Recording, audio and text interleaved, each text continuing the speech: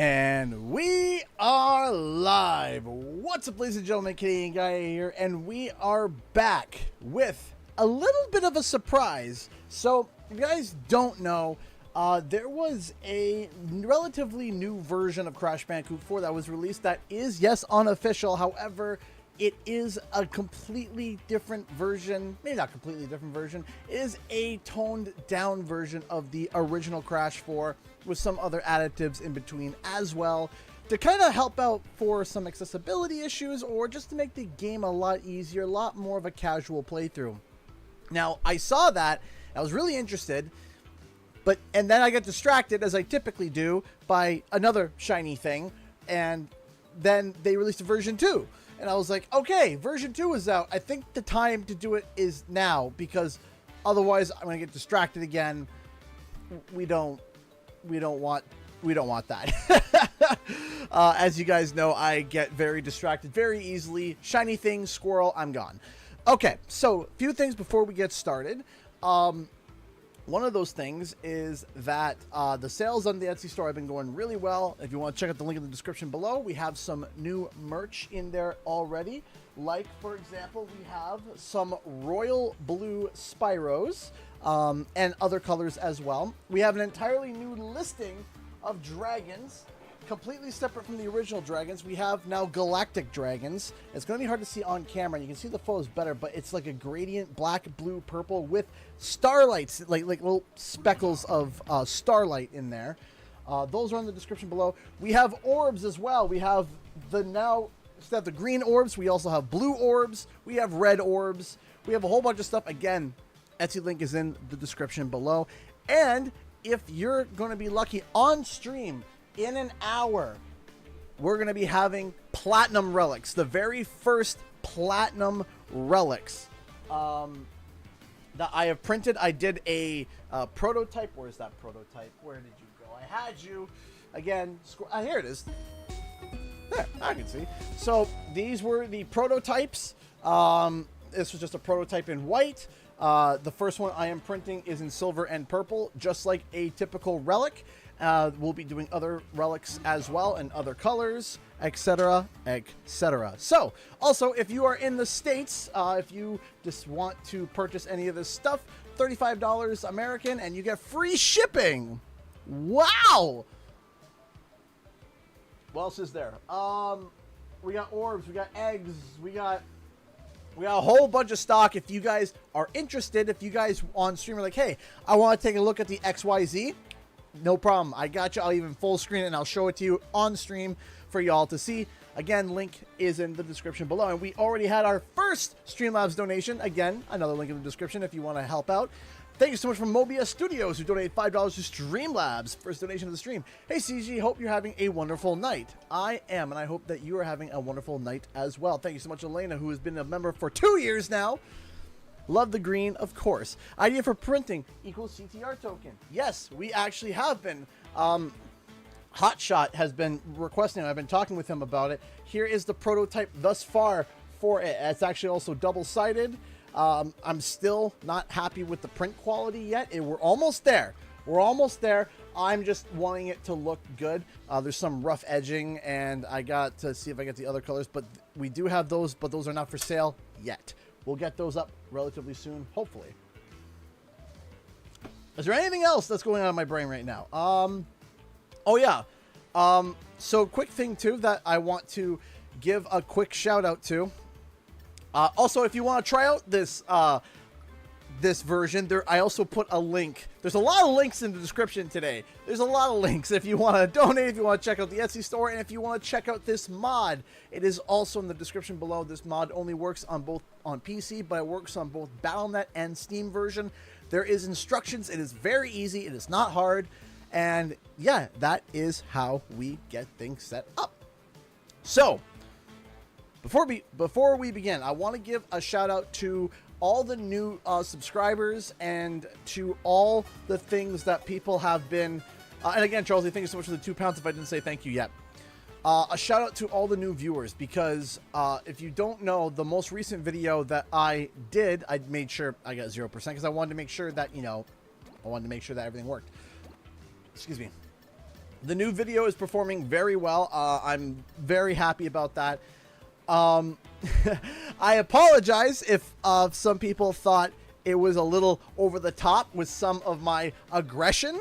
But as you know, I try to take news reporting seriously, especially when it comes to this stuff. I don't like it when I feel like people who follow my channel are left astray and left feeling doom and gloom when there's nothing to be doom and gloom about. So I'm happy to be able to get that video out, to be able to give clarification as to what exactly was going on. That was a whole thing of a whole mess, but I'm very happy to be able to see that things have seemed to have smoothed out, and I really appreciate it. Thank you everyone for the love, the support, the DMs I got afterwards. It was incredible. The support was amazing. And again, thank you all so much for your kindness and generosity as always. So why don't we get started into the game? So as we go through, I'm going to be talking through the cinematics because we've already seen this cinematic a number of times. Let me know if the audio is okay or not. What this game does is that it removes hidden boxes that are like really wonky and weird. It beats Crash to death with the stick.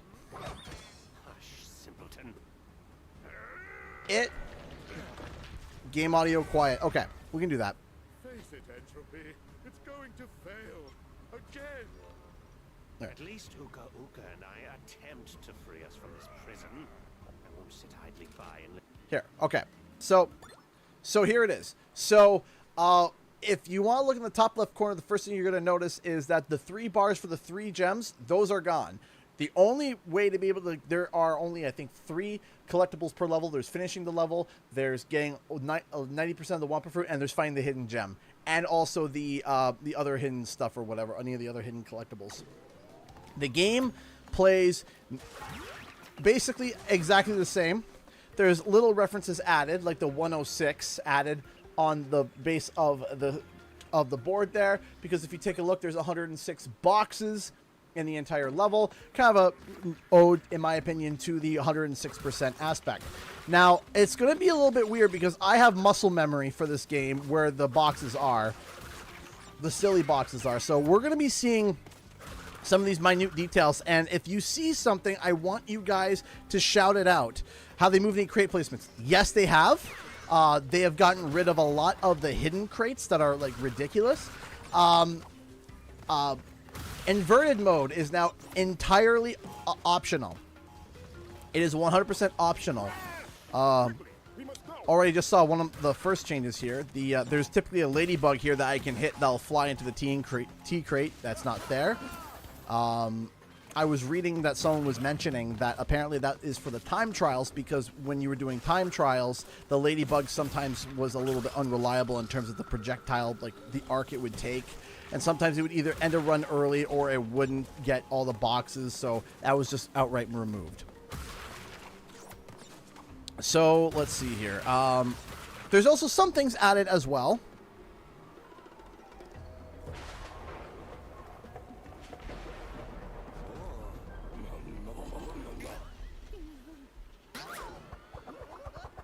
Oh yeah, a lot of people just read the headline in the video and not watch the rest of it. By the way, how is the audio volume? Let me know if something needs to be louder or quieter. I still play on retro mode. That's just me. There we go. There's been some challenges tweaked as well. If there's like a hidden crate, there's also like a hint towards it. Like there might be like a trail of Wumpa that'll lead you towards there. What else sounds good? Hi, Strange. How's it going? This mod seems promising. Yes. So far it is. All of the like requirements, like collectible requirements, like skins and stuff, those have all been adjusted and tweaked. Yeah. So we're kind of racing through the game, of course, right now. So there probably isn't going to be too many. There's also apparently an added purple gem challenge. So, like for a hidden purple gem. There we go. All good to go. Oh yeah, I love some of the sound effects you use in the video, by the way. Oh, absolutely.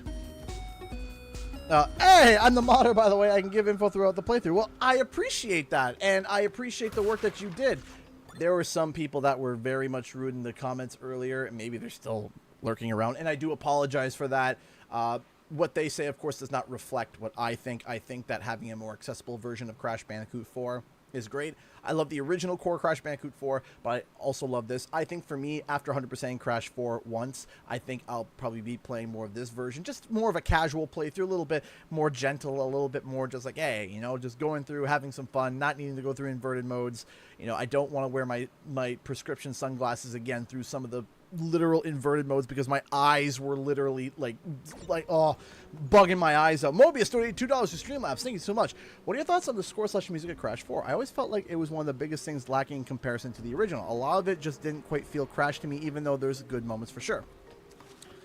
So I think it's a different take on it. I think that, you know, a lot of the original soundtracks, like even in Spyro, Crash Bandicoot or whatnot, the songs had to be kind of like very iconic. These ones are more atmospheric. Like, would I listen to a lot of these songs by themselves? No. Would I listen to some of the songs from Spyro and or Crash Bandicoot by themselves? Yes. So I think that's more of the style. It's just that it's more of an atmospheric vibe, but also the music vastly changes throughout as you're playing, right? So the music vastly changes, so there's different tones, there's different vibes, so, you know, it's different. So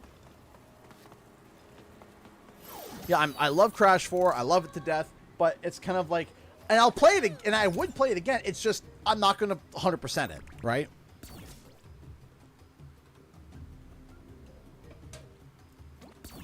Okay. So as you can see, we only got 3 gems.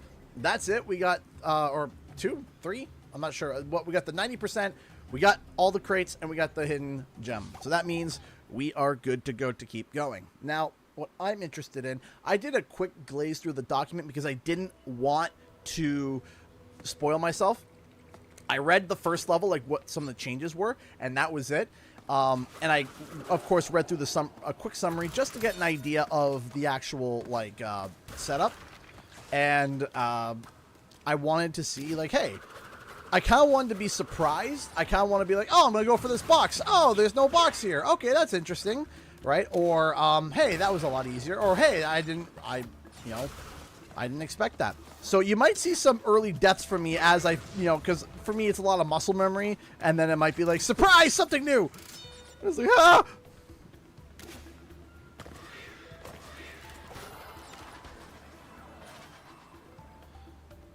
But I'm on PS4. So, you know, I gotta think that we'll eventually get to the point where we can homebrew a PS4, and then I'm wondering if there's a way we can just, you know, get a pack in there maybe.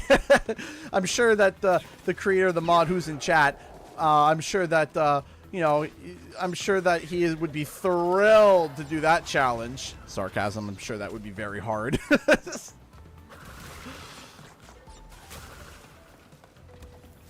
Woo!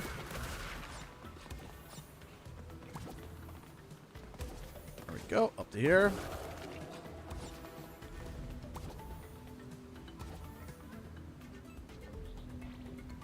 Have you played? Yes, I have. I have played Ratchet & Clank Rift Apart. I played it a little bit on stream as well. Fun game. I enjoyed it. I enjoyed Rift Apart. There we go, up to here. The Gaming Pez donated $5 through Streamlabs. Thank you, thank you, thank you so much. Thank you so much for helping, towards the donation goal. I appreciate that. I mentioned I was going on the retro binge, and I finished with it, but I recently went back to Insane Trilogy and Nitrofield, and I came to realize I prefer the OG PS1 versions way better. Would love to hear your thoughts about Insane versus the PS1. So, in terms of... I disagree with for Crash 1. I prefer Crash 1 Insane. I prefer Crash 3 Warped, and Crash 2 is a toss-up, but I think I lean more to the OG a little bit for Crash 2. But Warped was also the one I played the most as a kid, so... Warped was the one that I played the most, so I guess I have a leniency towards that. And I do disagree with CTR. I enjoy Nitro Fueled better than the original. And I know that might sound, you know, crazy to think, but that's just me. All right, so we start there. That's right. Okay.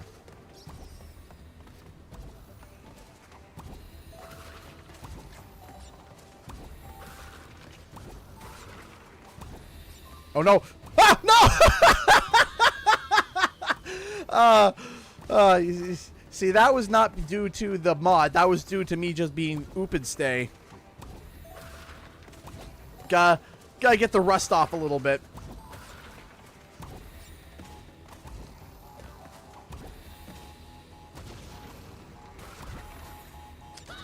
Did it not go off when I landed on it?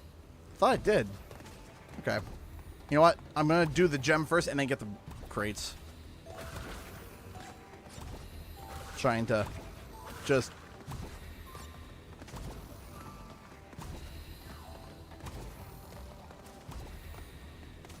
What? Did I not do that right? Oh, it's different! Oh, I assumed! Okay, hold on. Wait.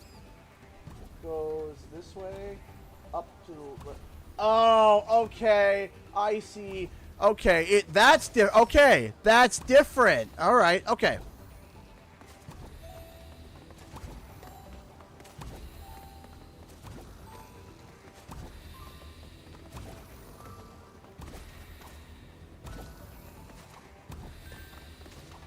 No! Okay, you've thrown me off. I've been thrown off. It's different now. Okay.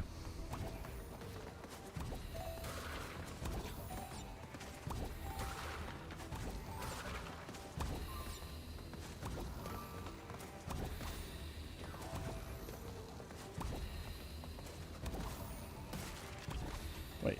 Okay, hold on. Hold on. Just to make sure, because I gotta go that way, up, and then back. Okay. PD! Thank you so much for the $3.65. Okay, give me 1 second. I will read it as soon as I probably fail this again.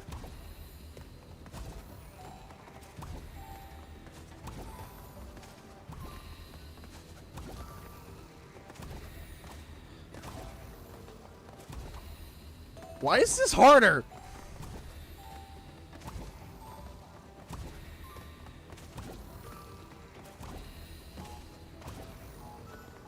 I see. What? Why? Hold on. Why?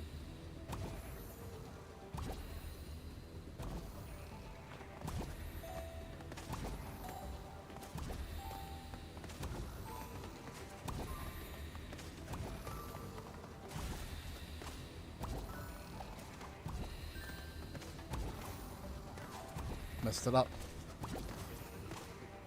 Okay, hold on. It's different now, so...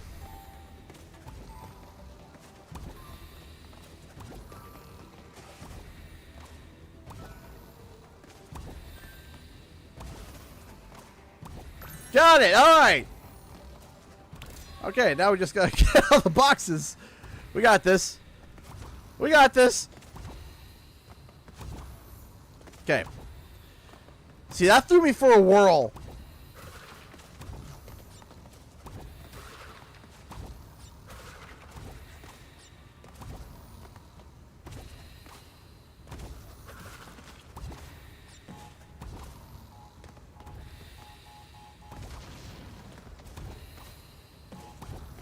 Let's make sure that detonates. There we go. Okay. We got it. There we go. Only took me, you know...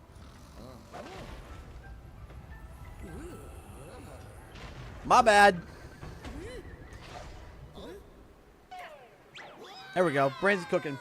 Hey, CG, with Fan Expo approaching, I'm just curious. If you could choose any celebrity to come to Fan Expo as a guest, who would you pick? Hope you're having a great summer. Thank you so much. If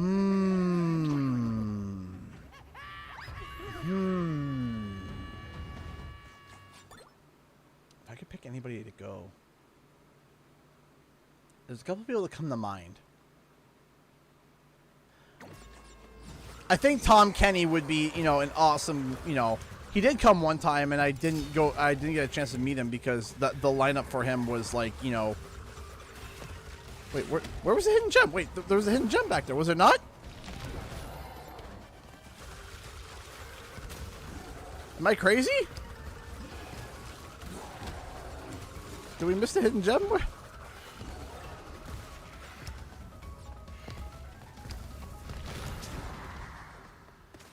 Did I miss it? Aha! Aha! Ah! Ah! Ah! You.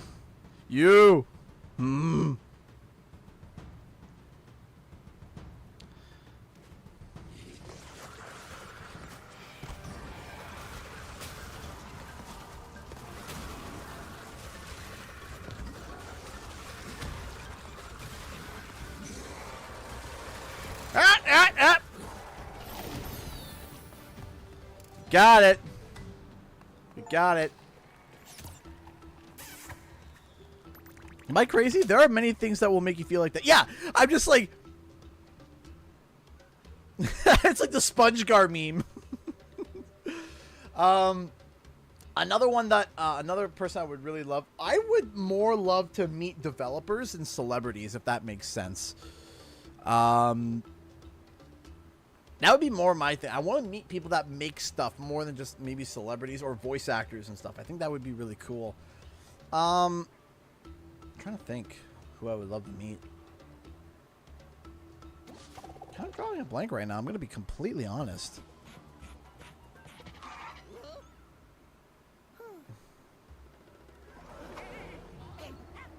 No way. Not in a million. Whee!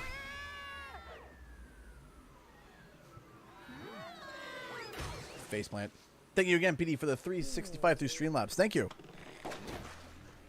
Get him off, get him off, get him off. Gosh, who is that? Lonnie Lowly? If the quantum masks have returned, then... Next gaming event, Hey, Aku, how's it go? Gamescom, Is that a which is quantum August. rift? It appears to be a door between dimensions. Yes, yes. The kind that we keeps keep shut. We have to go through, find my siblings, and fix this before some putz with a big evil plan and a bigger ego does something monumentally stupid.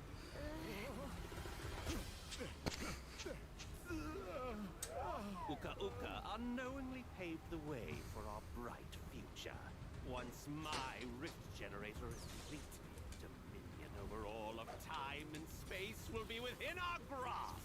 Engine, embryo, you had some little... Master. You wanted to tell me about? Master, my mechanical marvel will hypnotize you and Yes. My potion will make me and them unstoppable. And play some sick beats. Yes. Have fun with your Ray guns or whatever. Hasten your steps. By my calculations, our enemies are already moving against us, and we will prevail. Thank you so much, Black Dragon Prince, for the $10 super chat. Thank you, thank you, thank you so much. Hey, CG, can't watch the stream tonight because I'm a little busy myself, but I thought I'd let you know I did review your Danger Dragon's Head sign, CG, again. Thanks again so much for sending to you and everyone. Thank you so much. I appreciate that. Thank you, thank you, thank you so much for the $10. And yes, I reprinted some. We have some Danger Dragon Head signs. Those are in the Etsy store, available now.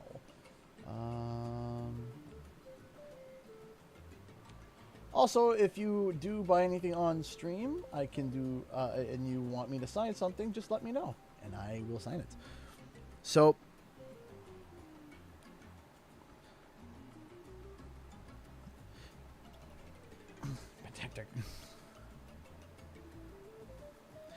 but Dr. Cortex, I want to play a concert with my weapon of mass percussion. Yes. That indeed he does. All right. Excellent. I said excellent. Clicking the button for excellent. Thank you.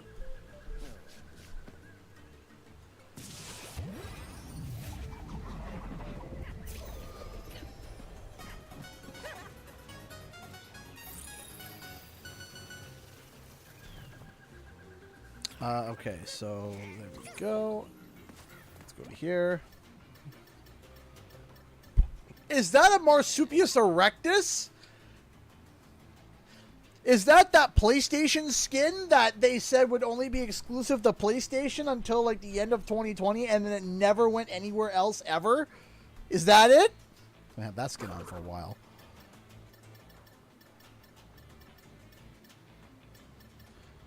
Ladies and gents, we now have Marsupius erectus available.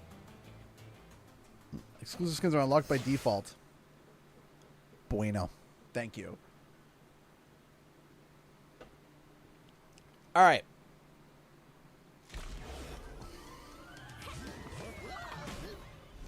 So, we need the other masks to close the rifts? Correct.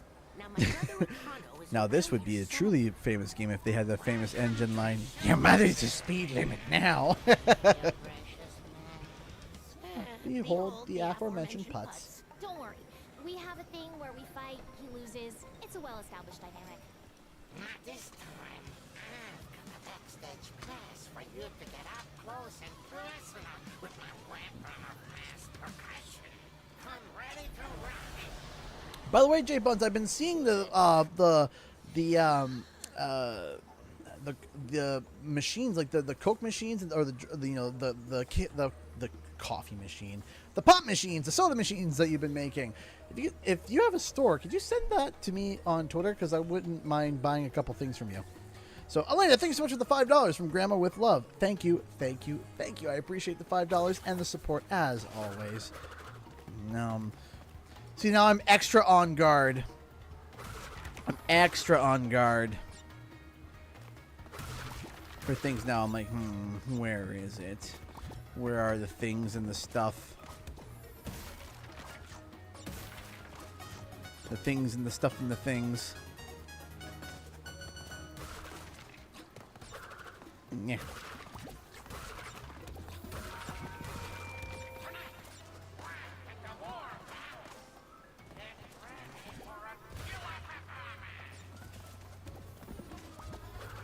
See, now I'm second guessing everything. I was like, were those boxes originally like that? Were those two boxes like that, or were they? Now I'm second guessing everything.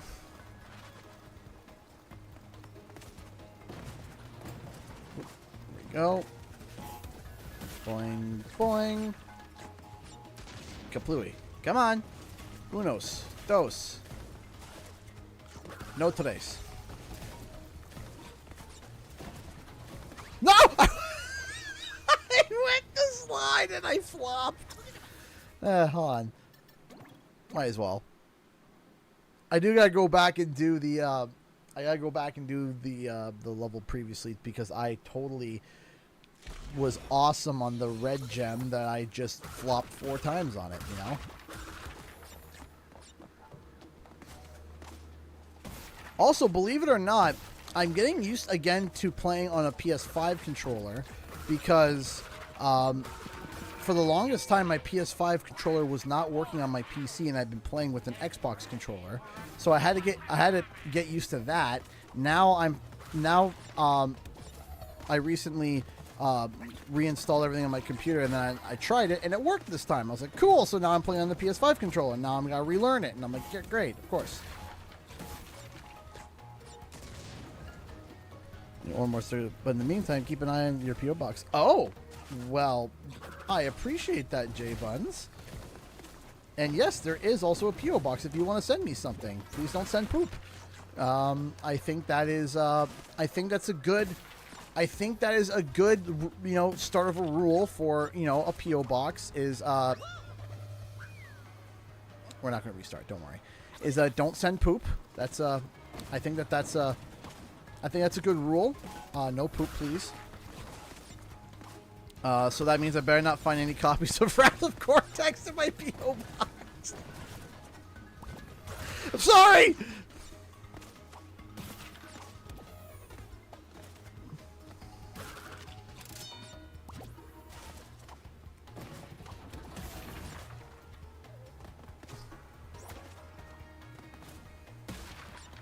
Ouch.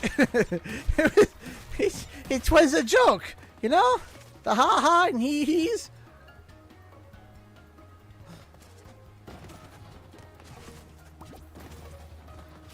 Here, we'll do a little bit more of a low blow. Don't send me any copies of Enter the Dragonfly. There. Better?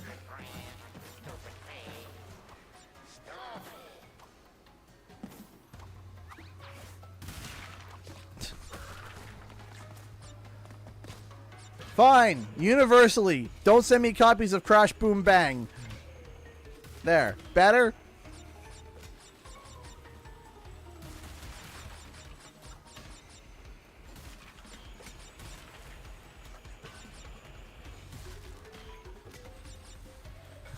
Ew, I stepped in Wrath of Cortex.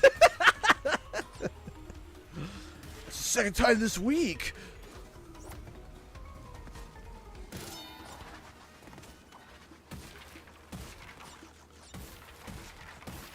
Was that Trail of Wumpa there before, or was that added? Because I remember the first time I played through this level, I missed that box. I don't remember there being a Trail of Wumpa there, but I might just be overthinking it now.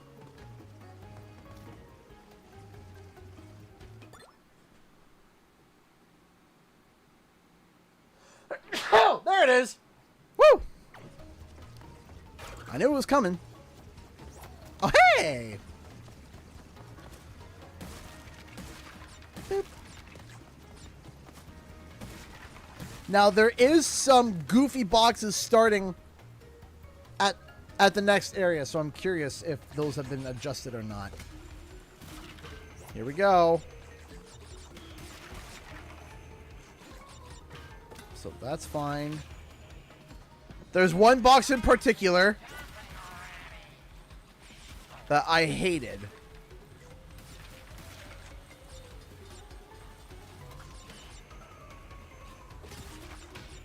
Okay, it's still there. So there I did not like that last box down there before because I found that yeah, these are gone. Thank you. Thank you for removing those. Those were some really silly boxes.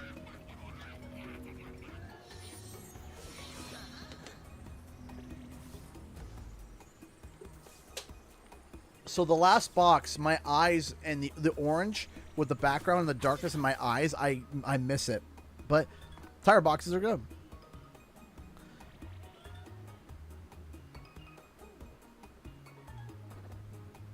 Okay. I think that's a fair criticism about the fact that yes, there is the cutscenes are removed from. So one of the things that's really cool that I personally like is I hated having to replay the same levels again. What this mod does is that this mod now does it so when you do the timeline levels, once you finish the the extra character part, you don't have to go back and redo the Crash and Coco part, which I really like that because there are a couple of levels that I really did not like getting 100% on because they were a big pain in the butt, and then you have to go through the Crash and Coco bit again, i.e. Rock Block. Don't get me started on Rock Block. I think chat, who was, old-time viewers who've been here for a while, Rock Block was probably easily in the top, I was going to say top 5, but, oh, hold on. Hidden Gem. Okay, I like that. I like that. That's a good, you see, that's a better place to put into Hidden Gem because it's actually hidden. Okay, I like that. I like that. You can also see the aura of it, so it's like, okay. I like that. I like that.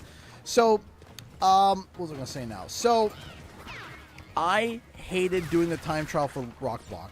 The time trial for Rock Block was misery. Absolute just misery. And seeing double Rock Blocked,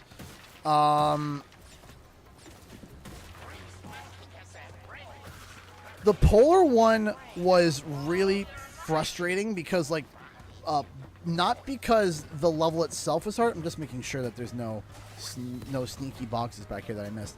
This is a mod? Yes, this is a mod. The mod is available. There is a link in the description below over on Nexus Mods. And I believe... Is it Game Banana? I think is that the service? I hated seeing double. The time trial for seeing double, I hated it. I loathed it. I hated seeing double. And the worst part was I got it down to where I had it relatively fine. Oh. Okay. I had it relatively, like, down pat until, but then I had to shift over to Crash after Cortex, and I had just gotten acclimated to Cortex's controls, and I was stuck on seeing double for so long.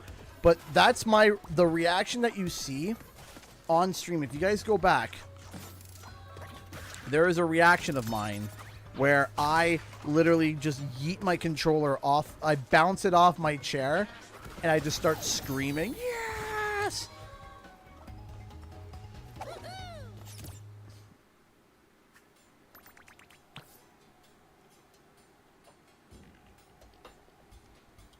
These are 28 minutes.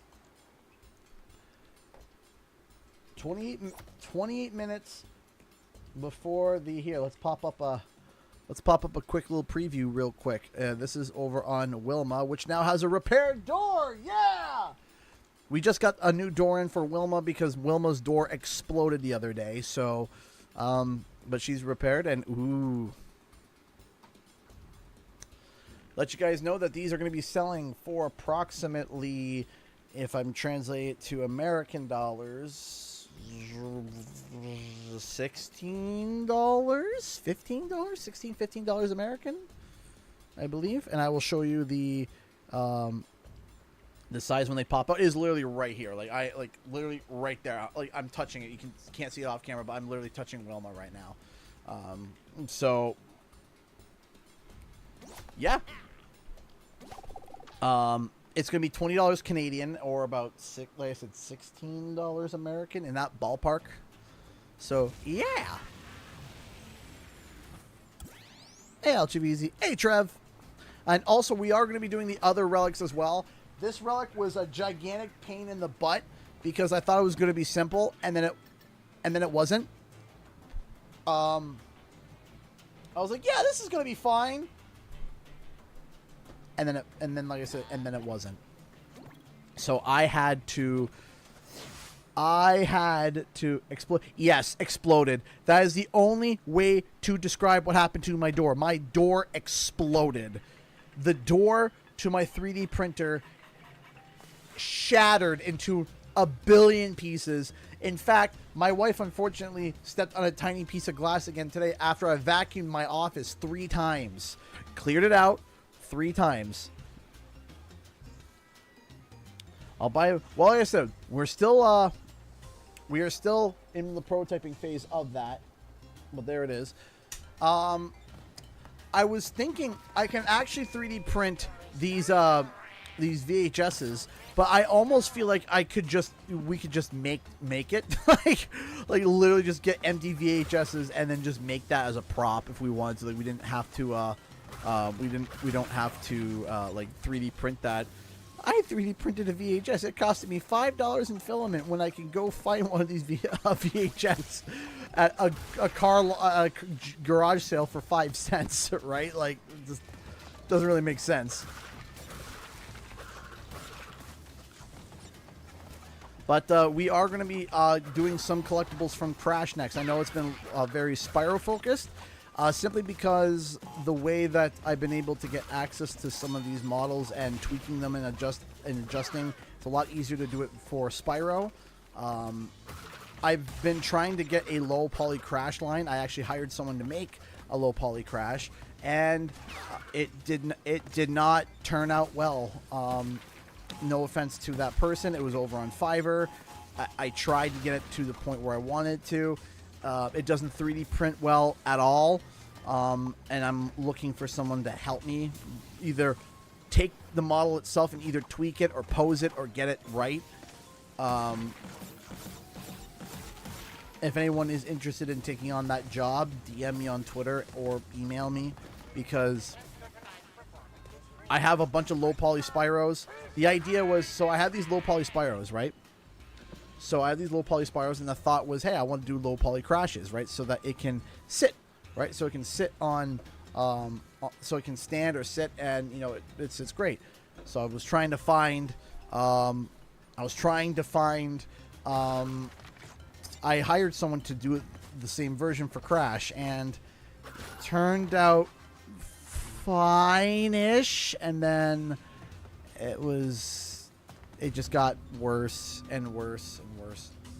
What if someone played one of those VHSs? Well, then it'd be an adventure. Now, wouldn't it? It would be a party. Be like, I got this old VHS from these pair of grandparents. Nothing terrible could be on here. Get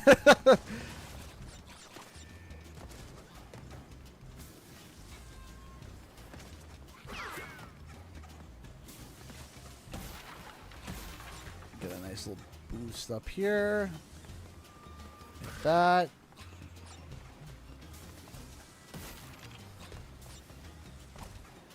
So what I like about this mod is that the integrity of the game is still here, right? It's not like, oh, this whole game has been completely revamped and adjusted and changed. No, it's been, the integrity of the game is still here. It's still, like, it feels the same. It doesn't feel drastically different. There's just so far little tweaks and adjustments. Now, here's the next area that gets a little bit weird. Does Aqua stay with you when you go to a different level? No. Maybe you could ask who for commission. I don't know who that is, but I mean, maybe, yeah. Because again, the problem is that it's easy to find a low poly model or to hire someone for a low poly model. What's difficult is getting a low poly model and then also making it good for 3D printing as well, right? Because that's a thing that some people don't understand, that just because you can 3D printing, sometimes it's like you do something, it's not, you know, if you position it weird, your prints will fail, and some people who don't understand 3D printing, who model it, may not get it, and then when they go to do it, and it kind of just comes out not great. Right? So typically somebody who understands, like, hey, you know, things need to be thicker, things need to be not too many fine details. If you can, you know, like I remember the first version that the guy sent me, I knew it was trouble right away because, like I said, if you're 3D printing, the first thing that you don't want is those little fine details. And the first model he sent me, Crash's fingers were all like this. And pointing down. So of course when I put it into the slicer, it was like support, and it did not look good. And I said, hey, you gotta go like this, right? And I said, do this, right? It's like, you do this, and so I said, do this so that the hands are all solid and the thumbs are up, and they're up so that there's no supports needed, right?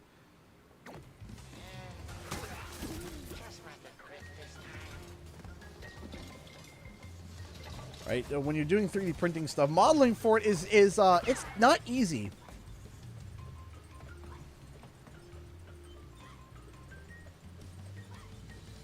Let's go up here. Boy, how weird it's hot in here. 88 degrees Fahrenheit, apparently, according to my air quality chart, or my air quality meter. 88 degrees Fahrenheit. Woo! I have air conditioning on. And a dehumidifier.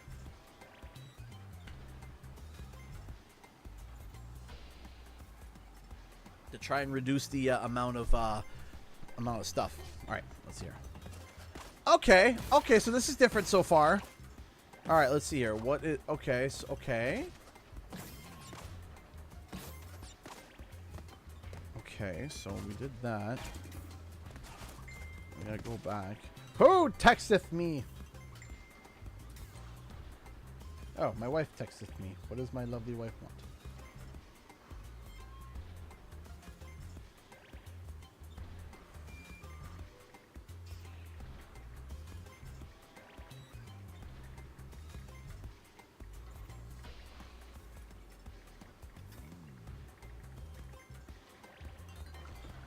She's asking me to put dinner away because she went out with the kiddos. Alright, so now we go back here. So, okay. Okay, so a lot of unnecessary bloat boxes just kind of removed there. Okay.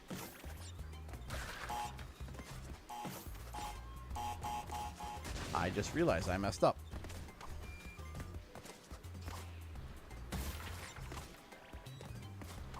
There we go.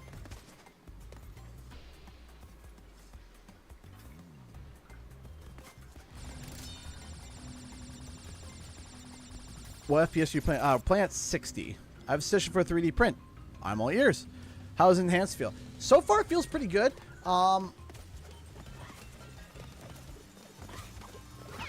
For my first playthrough, I'm a little stressed. I'm like suspicious about everything. I'm like, is there something over here or is there not something over there? Because some of the gameplay mechanics have been like adjusted.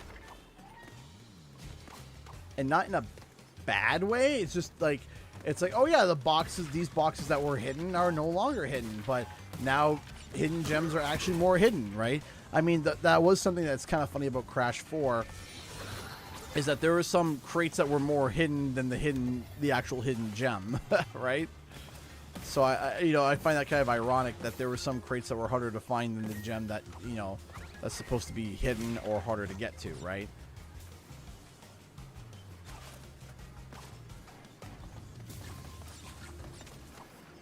I think the most notorious box, I think if anybody who sat here and 100%ed this game knows the most notorious box, and it's and forgive me, I am awful with level names. I always have been. It's the level where you can play as Cortex. It's the first ice level. It's where Cortex introduces himself the first time to Crash. It's the first time we use Kapunawa. And we're on that river, and there's ice blocks, and they're going down. That box at the bottom. That box for me is ridiculous.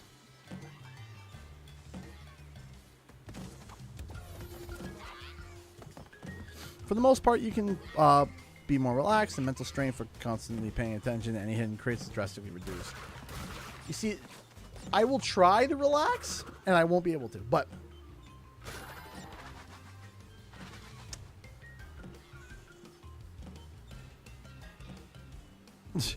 Oh, one of the me with 1,000-yard stare, knowing the exact box to talk about. It's one singular box. It's not even like a pile of boxes. It's one, literally just one singular box. That's it. One singular box. That's it. Oh no! I was doing so well.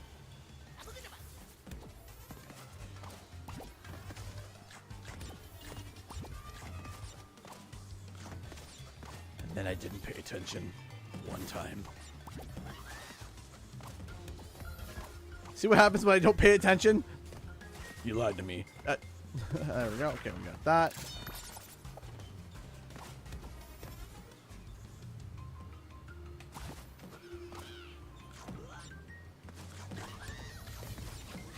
Die. Thank you. Ta-da! Is this an official remaster? No, this is not official. This is fan-made. I didn't get all the Wumpas. No way. Okay, I'll have to come back and do that. Okay, all right. That's on me. Something I just mentally assume. Flashback tapes unlocked. We didn't unlock this skin because of it.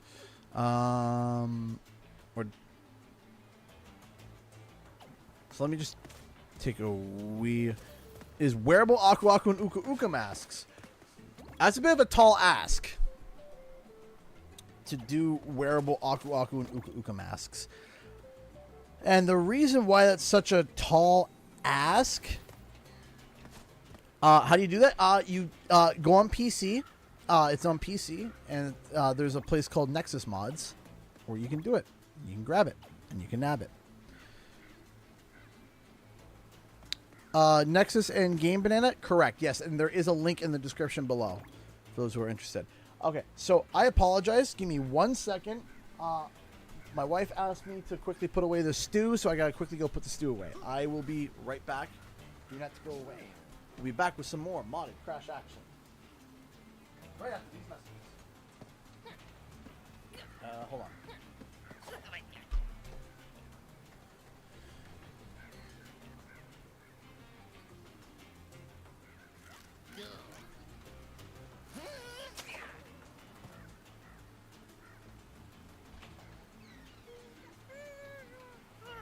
You're not supposed to freeze. Why is it freezing? Come on. Went to leave.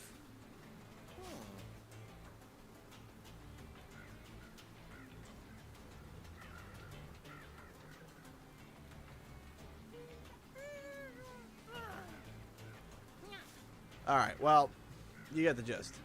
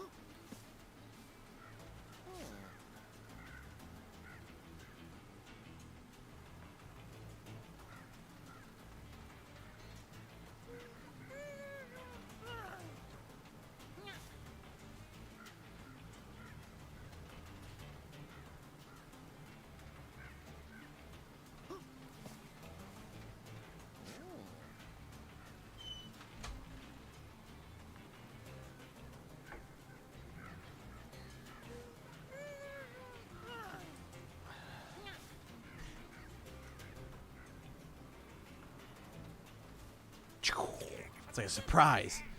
Ah! I'm trying to get this draft set up for...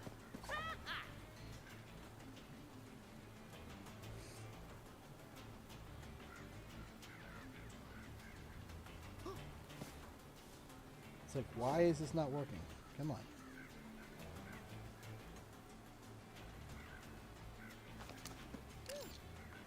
Should be... Is that the problem?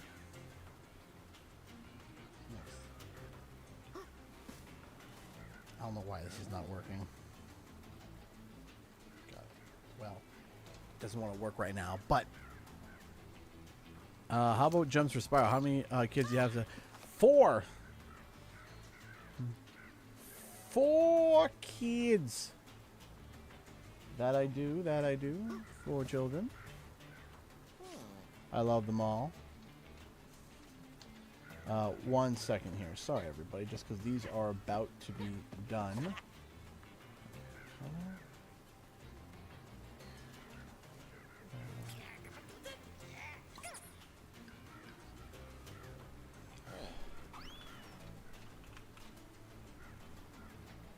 Second, ladies and gents.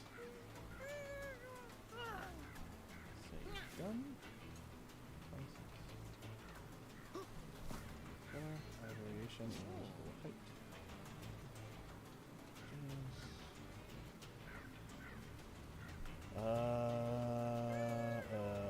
Hold on. Sorry, chat. Inches.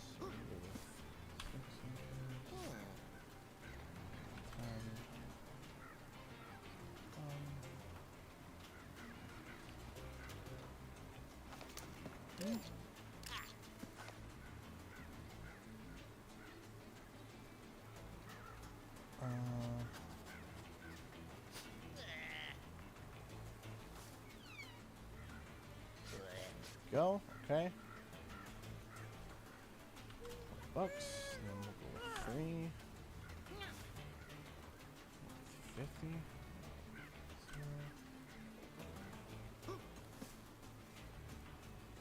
There we go. Okay, that's better. Just getting the stuff just about ready. Hold on.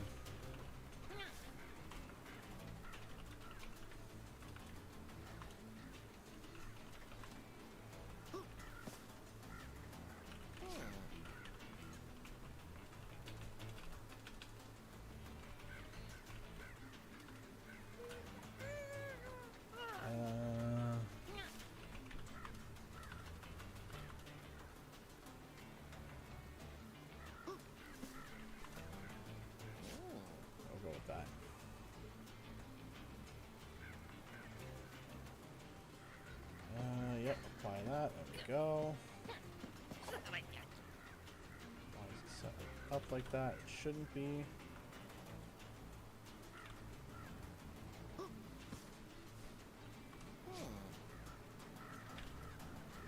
Go. And publish changes. Ah.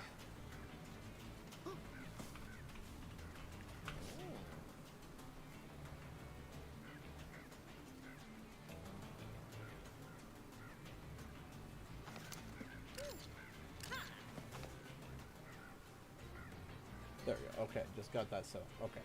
So now when these are done, we'll be able to be like, boom. I have it all set up now, Dr. Cortex. Right when these time rocks are done, they'll all be on the Etsy store. 6 minutes. All right. Also, my adoring and loving wife went out and got me a nice coffee. Ooh, and it tastes delectable. Ah! No more bins, I see. No more, no more...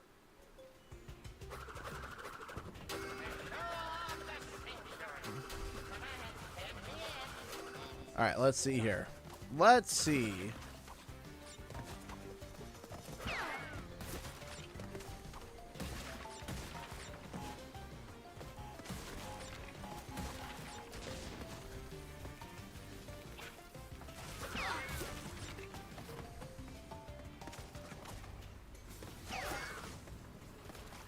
Aha!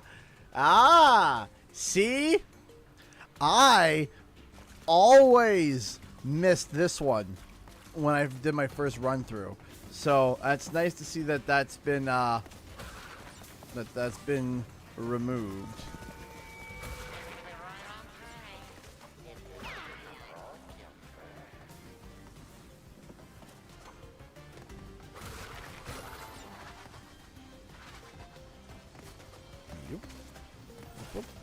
Don't die. Don't die. Hey, Cartoon Fanatic, how's it going? How's everyone doing tonight? Again, I want to make a quick shout out to everybody who is new to the stream due to the most recent video. Welcome. Welcome to the community. I appreciate you stopping by. I'm curious, anyone who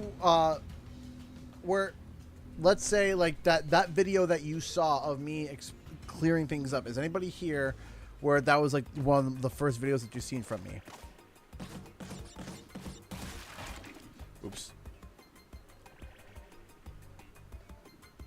I was not paying attention there. 1 second, because something came through. What happened here?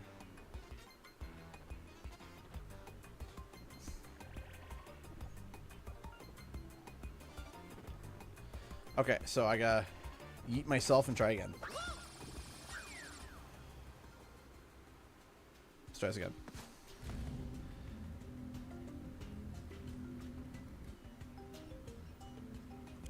So one of the problems that were with the with those levels specifically. Also, I like their outline with green. I like that. I like that. So here's the thing. There were some inverted levels that I actually thoroughly enjoyed. Like very much. Like no sarcasm or anything. I think I screwed that up too, didn't I? I think I screwed that up. I did. All right, let's try it again. So the problem was that there were a couple of levels, particularly the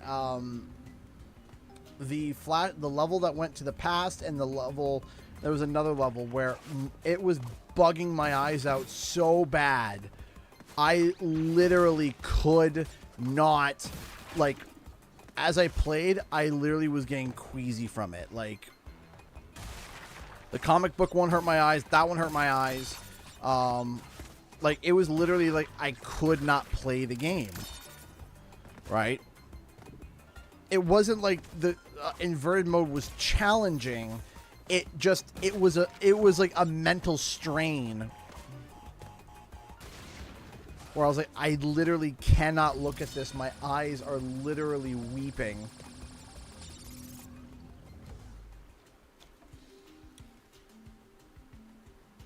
I love the Color Your World one. That one was really good. I like that one. That one was cool. I like the Echo. I even like the echolocation one. That one was also cool. Then the underwater one was, eh. I remember this one being pretty just bleh. Then there was the one where everything was sped up and kind of old-timey. That one was okay-ish.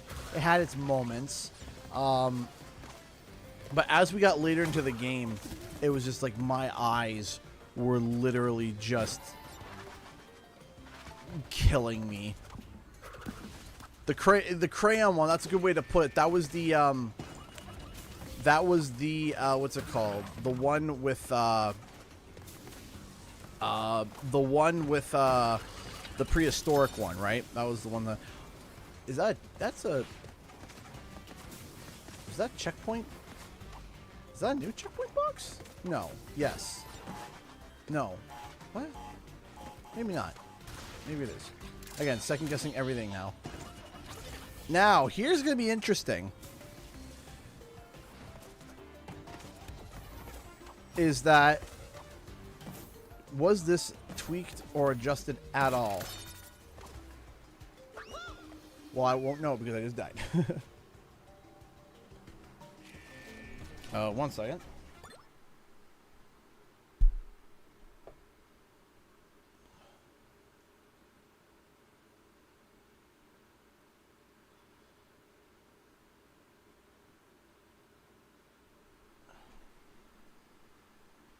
One sec.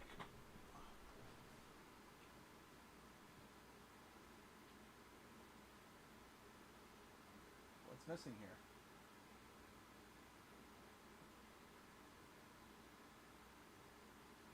It says 0 minutes left. What are you waiting for?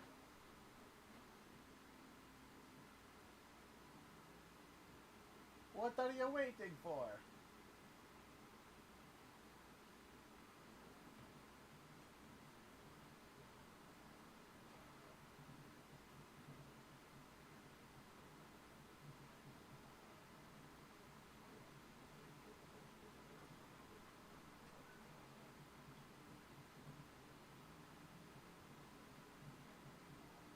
I swear, is this literally gonna be a final layer where it's gonna be like, that's it, done? It's gonna be like that, isn't it?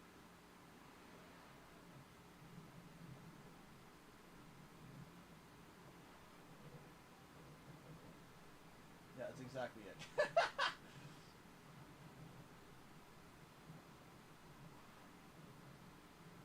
Alright, give me a second. We gotta be taking these off the plate in a second.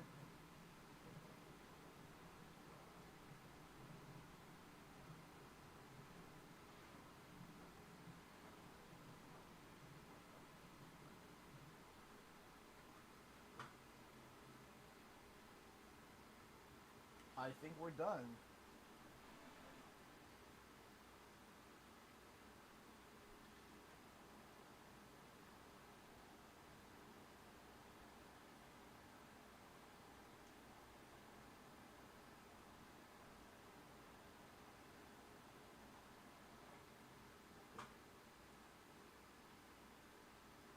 Yep, we're done.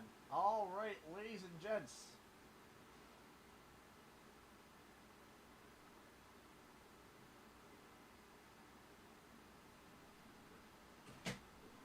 Fresh off.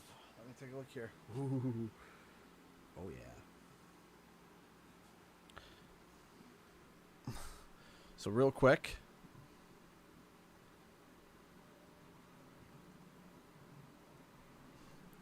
Fresh off the build plate.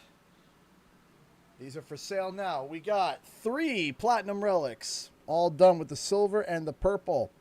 These are now live in the store. All 3.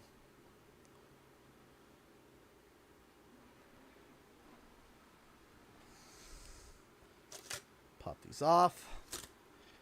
They're a decent size as well, in my opinion. Let me take a look, see here. Let me see.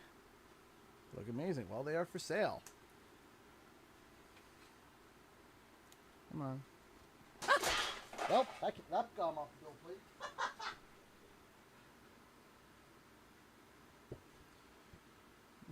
I don't need to carefully pry them off. I just gotta drop the bloody build plate. But they got them all off safe and sound, so they're all good.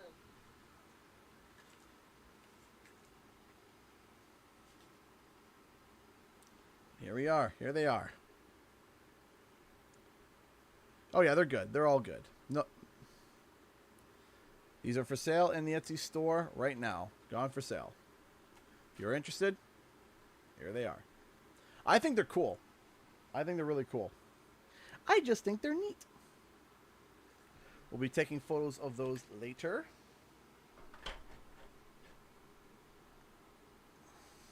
Be popping these back in. And we made 2 sales so far. Okay, so we have 1 left.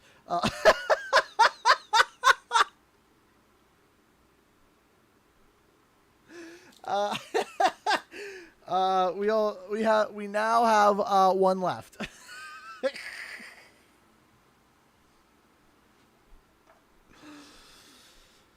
Those sold fast.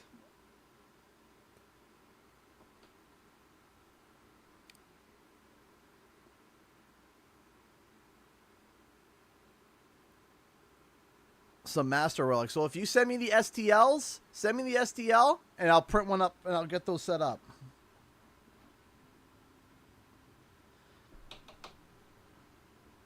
So yes, we now have one left.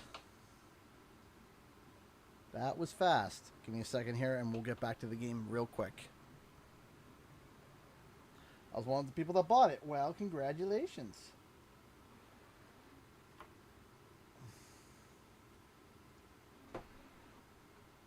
Who's the last person going to be? Who's it going to be?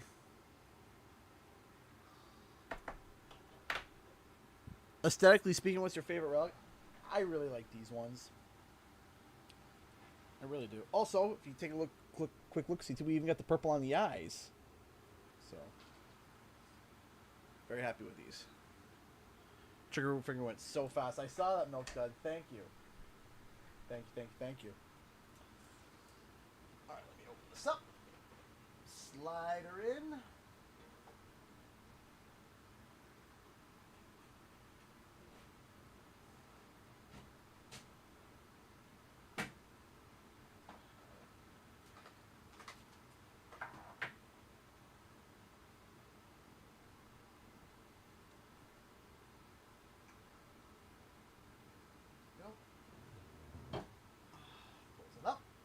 Let me quickly get the next batch started. We will continue. I personally prefer the gold rocks. I'm going to be getting those set up too. But for now, I already had to deal with a whole bunch of stuff to get that one going. So, hold on. Precursor orb. No. Projects. No, we don't need to save that. We don't need to save a plain thing. Sorry, I'm just quickly getting the next relic started.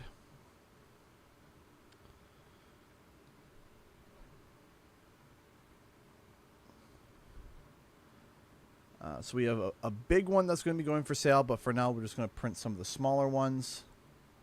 But we do have a big one coming out soon.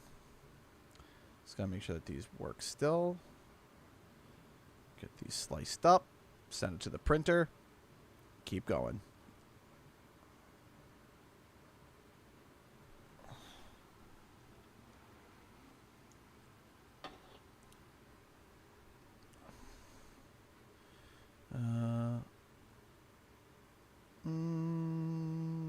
Yeah, it looks about right. Print plate. Pebbles? No. Wilma. Wilma? Let me double check here. A2. Yep. A3. Yep. We're all good to go. And let's send those to the print.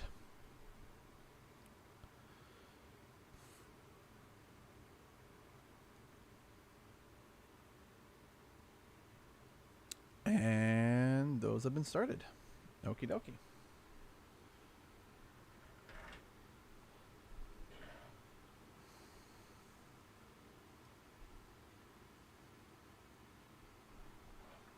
Shift it back over now. There we go.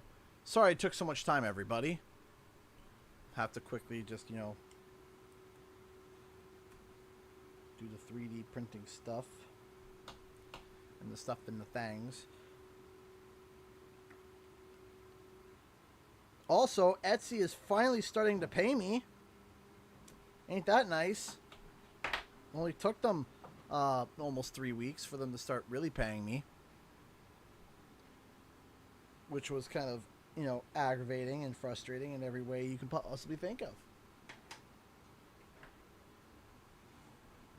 Because imagine trying to provide all those supplies and not get paid for almost 3 weeks while you're waiting. You're like, aha, hey. Also, we will be improving on those relics. We will be improving on the relic photos that we have.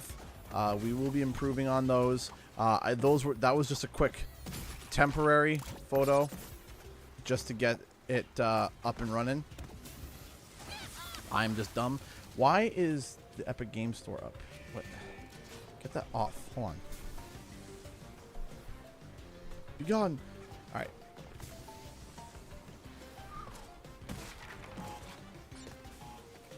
Get up here. There we go. Swing, swing, swing.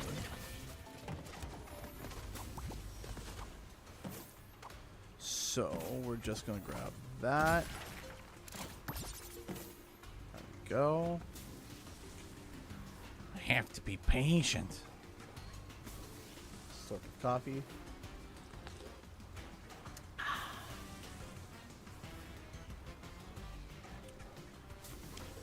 And here we go. Also, can I say something? And I'm going to probably sound, you know, I don't want to say pretentious, but I'm going to sound probably like, bleh. Did anybody else, maybe it's just Canada, but did anyone else have a terrible, like yesterday and the day before that was Prime Day over on Amazon? Was it just me or was it awful? Maybe it was just Canada. Maybe Canadian Amazon was terrible. But I found that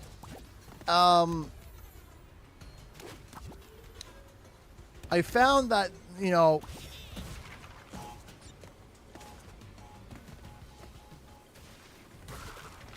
like, I found that it was just kind of bad. There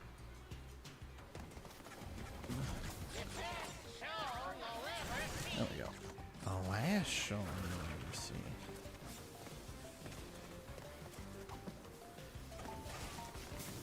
Oh no, I forgot about the last one.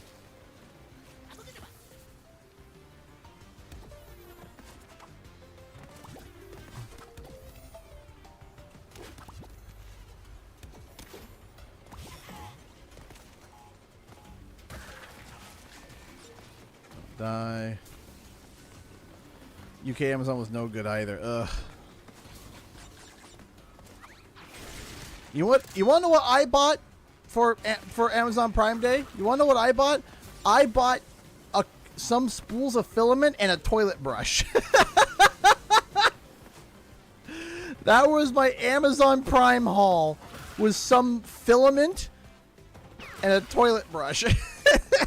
And nothing else.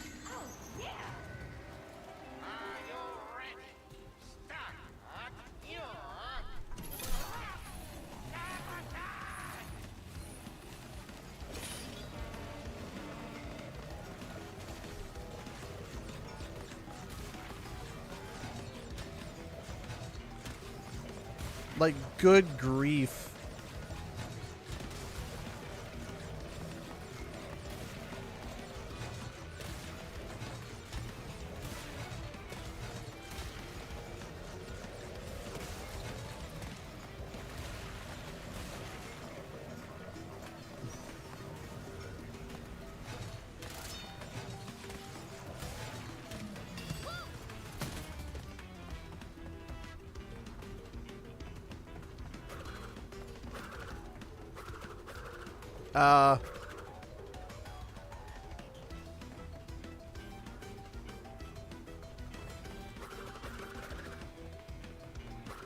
Dr. Cortex, I think I missed something.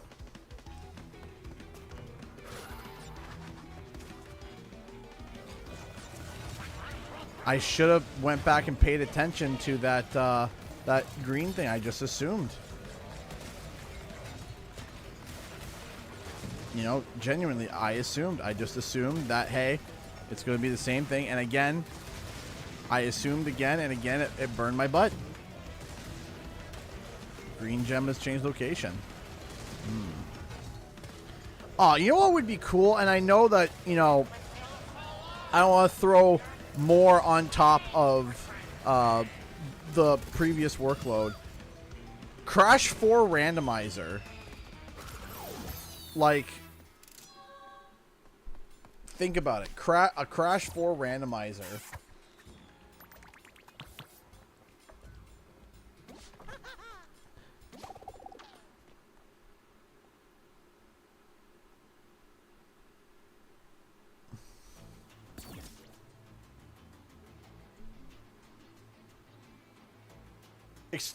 Excuse me?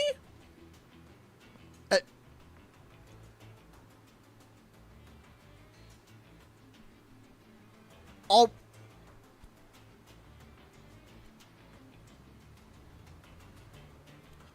Hyperspin's already unlocked?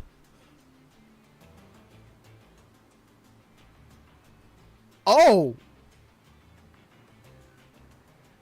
Oh! Clutching my pearls. Woo! Woo! You're... Woo. To go faster, keep doing it. Keep your top speed. Give it a spin in time trials. I will. Elena donated $20 through $20 to Super Chat. Thank you. Ripto used yellow/gold orb to make the robot pterodactyl for his final stage for his boss battle. P.S. Please put this towards my purchase of Pete and CG if I still owe anything. I appreciate that. Thank you so much. And we're going to be getting that worked out for you. Do not worry. We're going to get that all set up for you. Thank you. Thank you. Thank you so much for the $20, Elena. Thank you. Yes, we'll make sure that you get your Pete. All right. Hold on. Let's go back. Hold on. Because there's a diagram.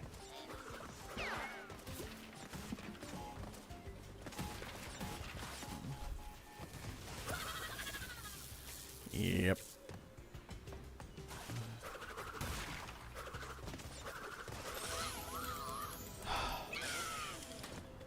Like I said, I would love to be able to like maybe like have the colored gems literally be the location of the gems are randomized. The box, some of the boxes are randomized. And the final relic has just been sold. All 3 relics have been sold. That is amazing. And there is a request for it to be signed. Absolutely. Absolutely. We can get those signed for you. Thank you. Well, all right. What? Okay, so green gem.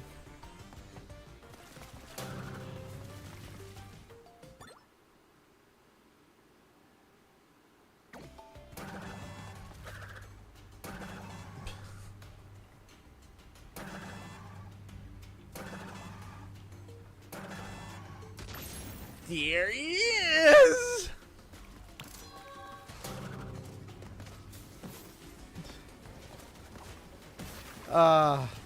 That was...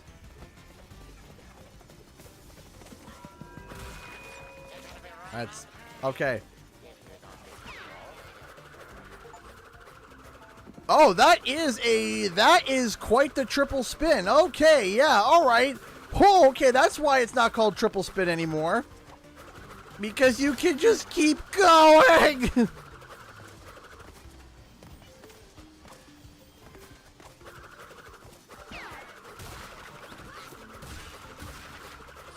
Lightning speed!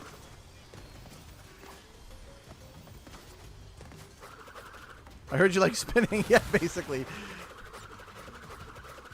Can we just get like the Beyblade music over top of this?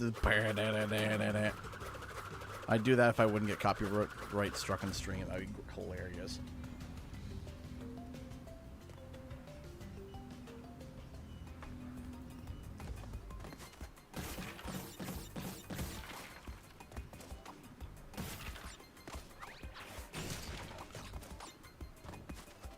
Spin. Yes, it's now hyper spin. I like it. Not just triple spin.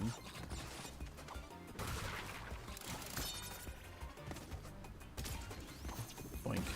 Hyperspin, go burr. I know I can just hit the thing and move on, but I get anxiety and I'm like, but what if it explodes and it doesn't trigger and something goes wrong? It's only available on PC because it is a mod. That is correct. Did I die yet? No, I didn't. See if I can just quickly just zip through this level again.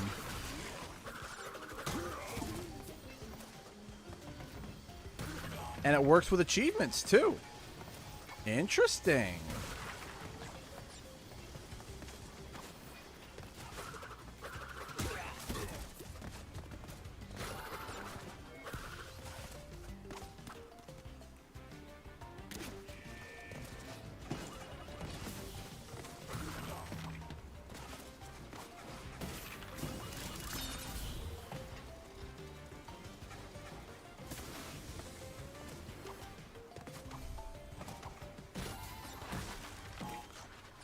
I tried cheesing it.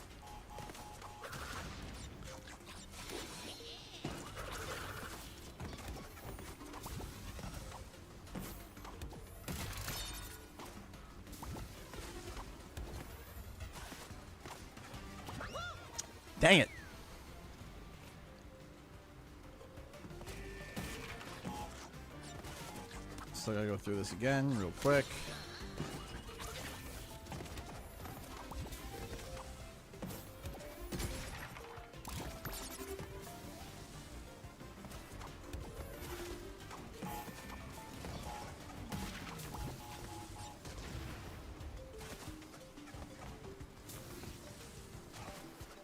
Just did this. Why am I struggling?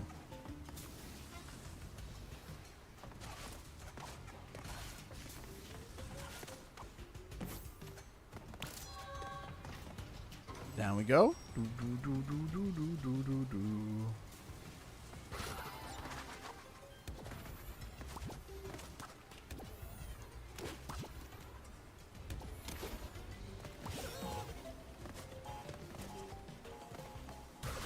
Oh my gosh, there's a cosplay I was been wanting to do, and I just realized I can do it now. Sorry, random brain thought that came in. So, me and my friend Katie have always been wanting to like go as like a cosplay or something, right, from Crash Bandicoot.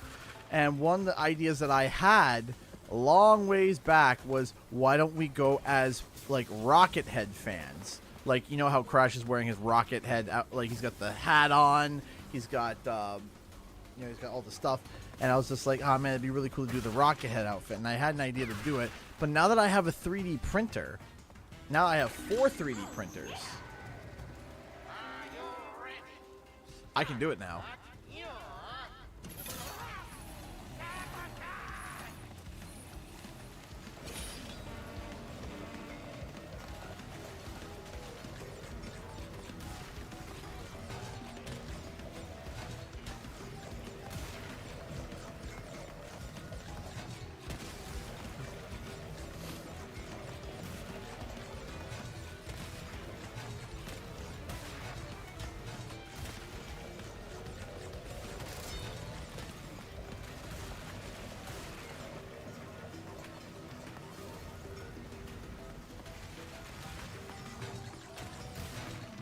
There we go.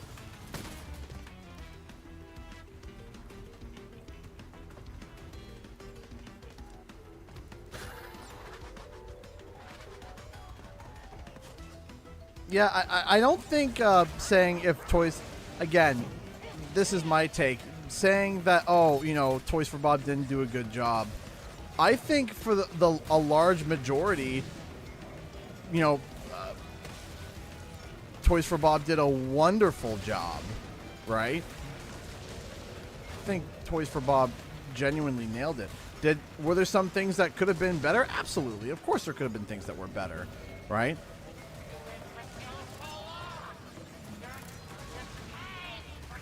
Of course there could have been things that are better, but I could say that about literally every single game. Right?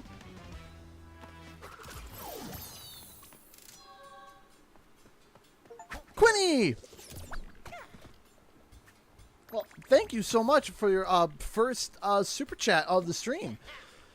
Bit off topic. What's your favorite anime CG? Oh, you know, when I was a kid, of course, when I was a kid, I thought, you know, Pokemon, Digimon are anime, and they kind of are. They kind of are anime. But as I got older, I started to enjoy Inuyasha for a bit and a couple other animes. But there's one anime that for me, I love to death, and I can't not love it, and that is Dragon Ball Z. I am a big Dragon Ball Z fan. I'm a big Dragon Ball Z nerd. I love Dragon Ball Z. I very much enjoyed Super. And I know that sounds like such the most casual anime. I get it, some people. But I love Dragon Ball Z.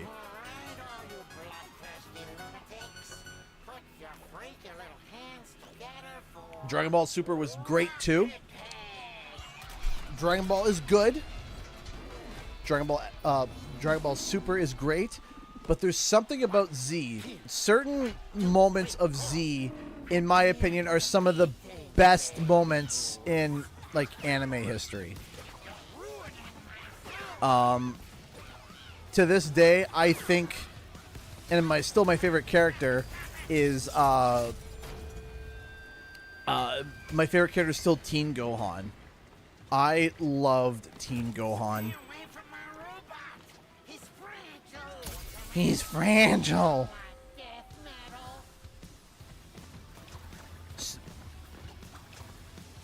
metal. Oops, I was reading chat. I love Teen Gohan because Teen Gohan was one of the things that I really liked about Teen Gohan is that it was and I've literally ranted about this before, and I'm sure people who have been here are like, oh, he's on this Teen Gohan rant again. But no, there's something about it's not even Teen Gohan's character, it's the storytelling behind it. What I love is that from the get-go, from like episode 2 of Dragon Ball Z, they established that there's something up with Gohan. They establish it right away. They're like, hey, something's different with this kid. Something ain't right with this kiddo.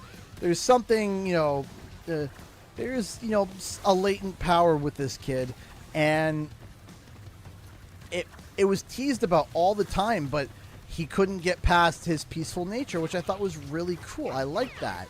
He had this peaceable nature. And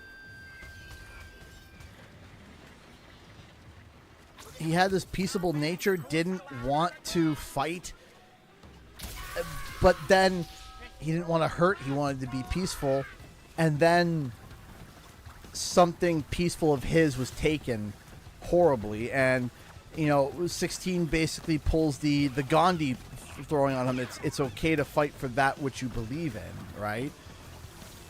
And then he finally, and he tells him before he dies, let go. You can let go, and then Cell kills him, and then he loses his marbles, and then he truly lets that latent power out, and he just goes nuts. And it's so good because it's literally 7 seasons of building, right? It's this build of and that's what I really liked about it. And leading up all the story, they keep planting these seeds of letting you know, hey, here's an update on this, and oh, here's a little update on that, and I love that. I love long-term storytelling, where it's there's something up, and there's this plot arc that is just ever growing.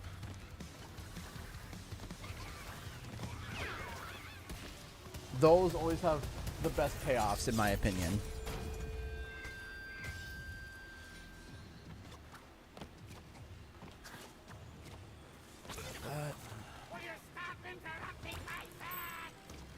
There we go.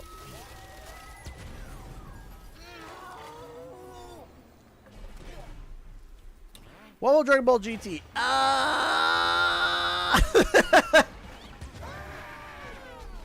When I was a kid, I liked it. And as I got older, slowly started to not like it as much. My beautiful creation.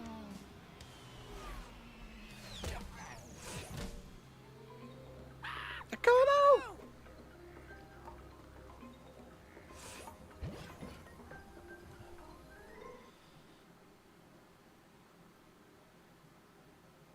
That's right. It's Dragon Ball Z. Dragon Ball Z, eh?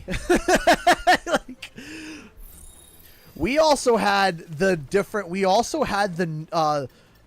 so everyone always looked at me like I was crazy for the longest time. Everyone's like, oh yeah, I love the intro Rock the Dragon. And I'm like, we never got that. We never had Rock the Dragon. That for the intro for Dragon Ball. We never had that. And people were like, what do you mean? It was so good. Because I remember I was talking with some American friends, and we were all, oh, this is so good. And then there was yeah. They're like, oh, yeah, it's so good. They're like, oh, yeah, I love the intro. And I was like, yeah, Dragon Ball Z. And they look at me, they're like, what are you talking about? And they're like, that's not it. And I'm like, yeah, it is. And there was an argument And we're like, what are you talking about? Like, they're looking at me like I have 4 eyes. I'm looking at them like they have 4 eyes. And it turns out that the Canadians had a different version. It was handled by a different. It was a different version of the song. And I'm trying to remember what version we had, because I don't even think it was the UK version. I can't remember if it was the UK version or if Canada specifically got their own version. Okay, apparently Project Dragon's real game title was supposed to be Everhaven. Yeah, that adds up. And also too, let's talk about this for a second. Let's talk about it. So let's talk about Project Dragon for a second here. First off, and I hope that you guys understood in the video, and the video is declared clearly. And actually, I had a few people read my video script before I made it. I hope that I have made it blatantly clear that my video was not any form of a slander against Nick or against what he said, or trying to debunk anything that he had said or claimed or whatnot. I very much hope that it did not come off as me trying to dunk on him or trying to say or do anything against him. I'm very much hoping that the video did not come off as that against Nick Cole.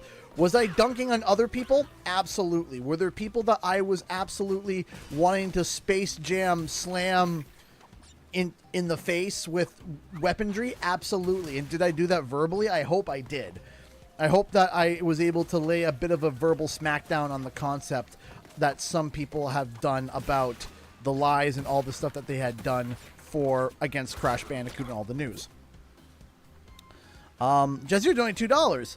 Do you think Sparking Zero will get a Game of the Year nominee? I don't know. I would like it to. That would be super cool if it did. Thank you so much for the $2. Thank you, thank you, thank you. So, I would love for Sparking Zero to get a nominee for Game of the Year, but first we have to get the game, and then we'll see from there. So anyway, oh, where's the...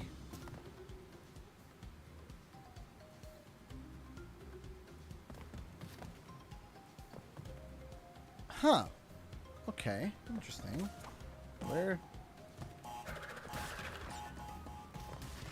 Where did that go?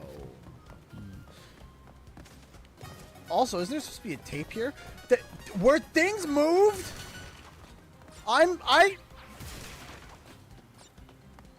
think things were moved. Some...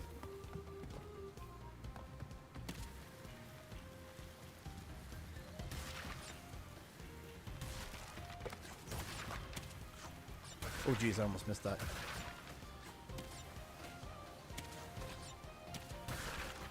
So, but back to what I was saying, I genuinely hope that my video did not come off as trying to attack Nick Cole. Not at all.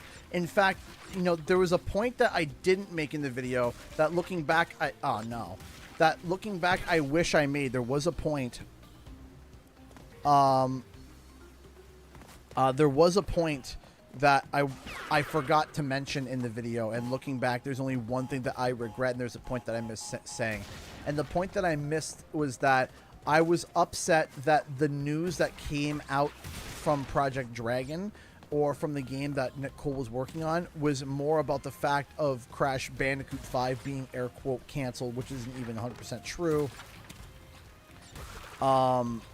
Instead of people just talking about the fact of, hey, you know, this really cool project that Nick was on got canned. And I feel like that there was more eyes and ears about based off of an offhand comment that he made versus the actual, like, hey, you know, this project that, you know, him and his team at Phoenix Labs were working on unfortunately got canned. And that, you know, I wish that I mentioned that that was more of should have been more of the focus. I think that, crud. I can't get the tape now. We'll come back later. So, that to me was something that was really, really frustrating was a really big frustrating aspect, but I didn't mention it, and I do wish that I did. But nonetheless, the point of my video still stands, and the point of my video of saying, hey, you know, this sucks. And what sucks is the fact that, again, people not properly reporting about Crash Bandicoot. And the worst part is that Crash has been a severe victim of mass misreporting for years. And I mean years. I showed a gentle example in the video of one of the many misreportings about Crash Bandicoot. But there was another one about Crash Team Racing where they said, yeah, tracks from Crash Nitro Kart are going to be here. Or no, Crash Tag Team Racing, right? That was reported. That was also, that was not true. There was that giant blunder. How could we forget the giant blunder of the Crash Team Racing wasn't going to have microtransactions at launch, right? That was a giant, or that Crash Team Racing was going to have microtransactions, period, right? And that was a gigantic blunder because the person said there's going to be no microtransactions at launch, right? Which, those are two very different things. Then, and let's not even talk about the gigantic mass misreporting about Wumpa League, air quote, Crash, or Crash Team Rumble, whatever flavor you want to call it. And that, oh man, that nightmare scenario, that giant, is it canceled? Is it still going? Is it this? Is it that? Is it this? Is it that? It was literally just 2 years of people misreporting, misrepresenting, etc., etc. And I know for a fact, and again, because some people try to tell me this, and some people try to state this, and it is not true. It is 100% not true. Crash Team Rumble and Wumpa League were the same game. That's what they were. There was no, they canceled Wumpa League for Crash Team Rumble. That is not what happened. That is not the story. That is not true. It was always Wumpa League was renamed into Crash Team Rumble. And again, I've gone on record and stated on social media that the next time I have an interview with anybody from Toys for Bob, that's a question that I am going to ask just to double check, and I'm going to get the answer for all of that to lock that down, to make sure that certain people who went after me saying that that it was two separate projects, it was not. And I am going to get confirmation of that. So, yeah. Keep doing this.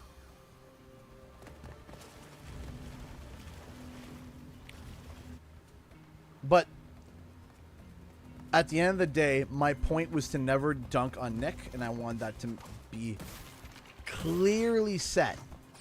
That it was clearly defined that this was not in any way an attack on Nick. Keep messing this up. Oh, I'm overthinking this, aren't I? I'm now overthinking this. Hold on. I just saw it. See, before you had to kind of zip through it, but hold on. I see it now. At least I think. Yep, there it is.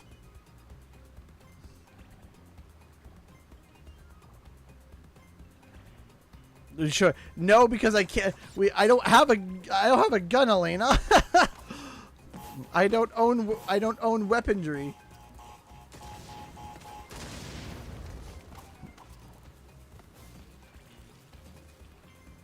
So, again, the concept of Crash Bandicoot 5 being canceled is this was a vision of Crash Bandicoot 5 that was canceled. And it probably would have been it probably was a really cool concept. But, as I said, I'm dumb.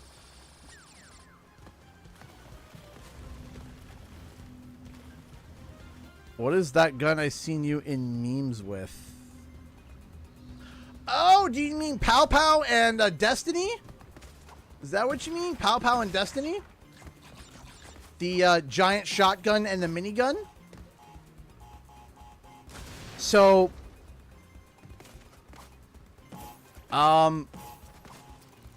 Destiny is a prop that I built for Graves, which is a character from League of Legends.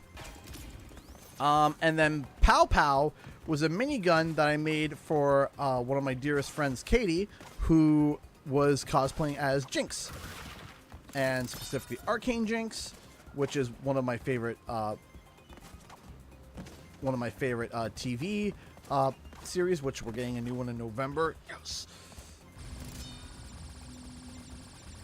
What am I playing? I'm playing on PC right now. We're playing on the Steam version.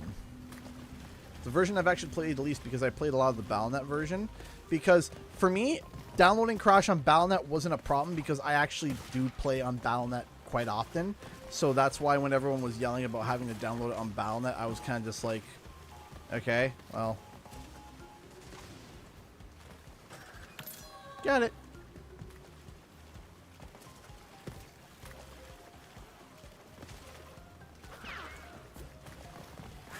Got it.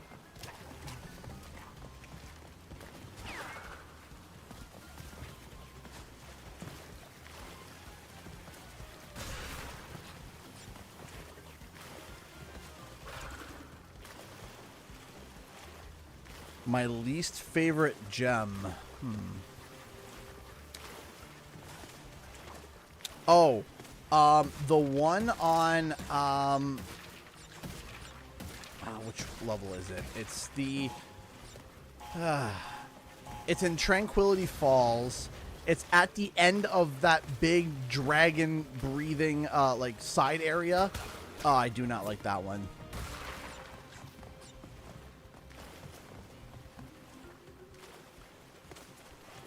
I'm gonna play the new WoW expansion at all. I want to.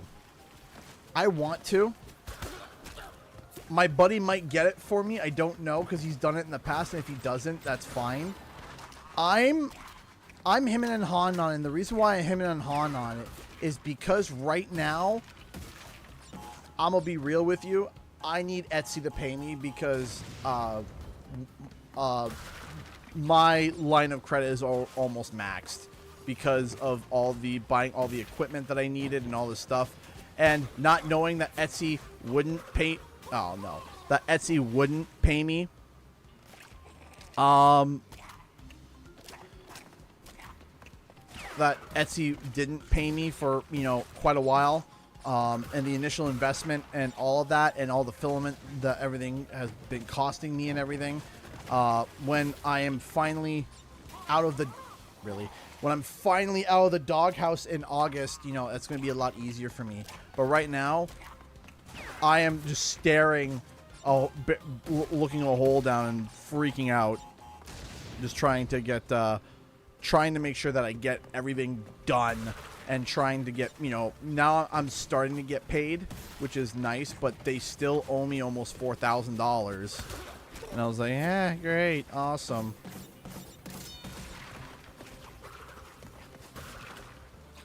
Because all I'm literally doing is, thanks, Etsy, right to, credit card, basically. Thank Etsy, right to the credit card. That's it. Just, there we go. We got it. But it's, I want to play it too. I want to play it. Like, I want to play it. But boy, howdy.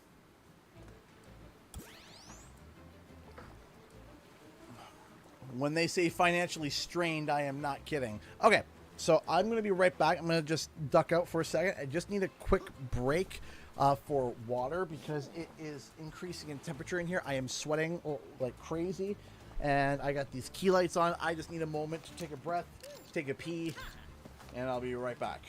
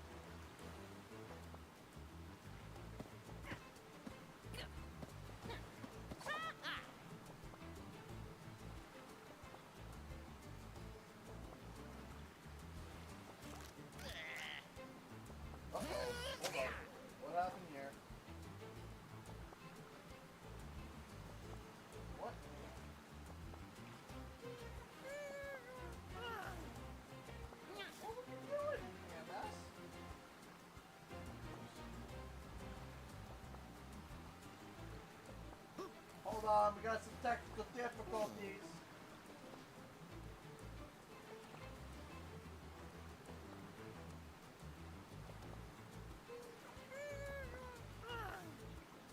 Pay attention to that.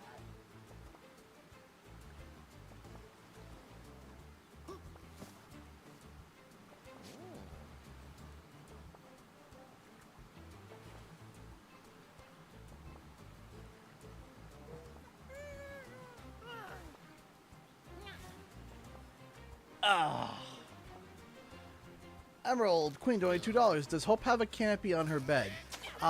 Thank you so much for the $2. No, she doesn't. And I don't think it would be a good idea to get her a canopy. Just because my daughter,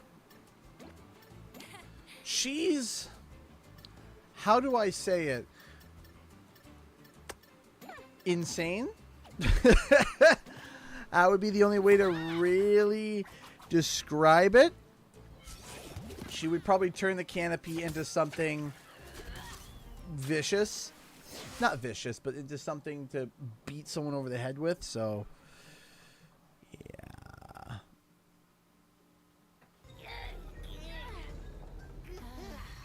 An unbridled ball of more like a, maybe, you know what, maybe a hurricane. More like a hurricane.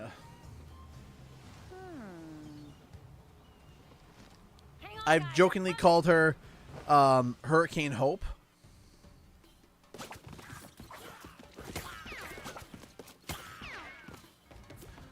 You know what would be a really cool detail, and I know it would be really hard to do. It would be awesome to be able to get extract the skins from Rumble and add a thing where it's like, hey, after you do a Tana level, you get after you like finish a Tana level, you get after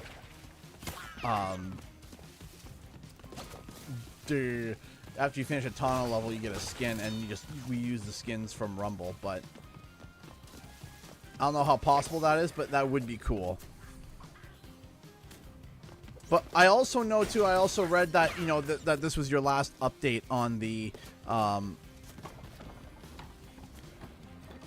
if the creator of this mod is still in chat, that this was your last update. So I don't want to be sitting here and be like, haha, I have all these ideas, and then when it's like, hold on, like,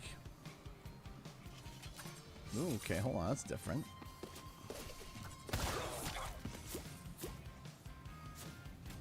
Okay, hold on.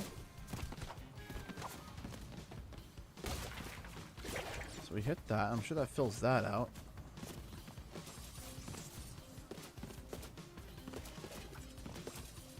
That's cute. I like that. That's cute.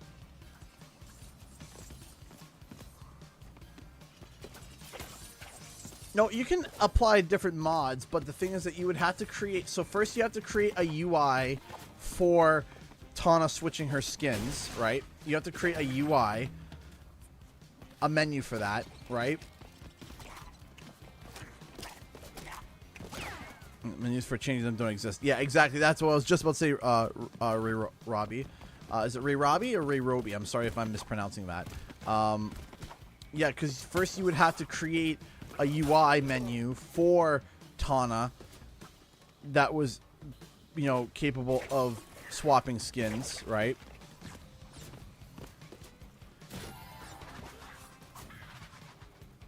But I'm wondering if it was built like the Omni Swapper. Is it the Omni Swapper for Spyro, where you can swap, like there's just a menu that pops up that allows you to just swap the skins. So maybe, you know, either pronunciation is fine. Okay.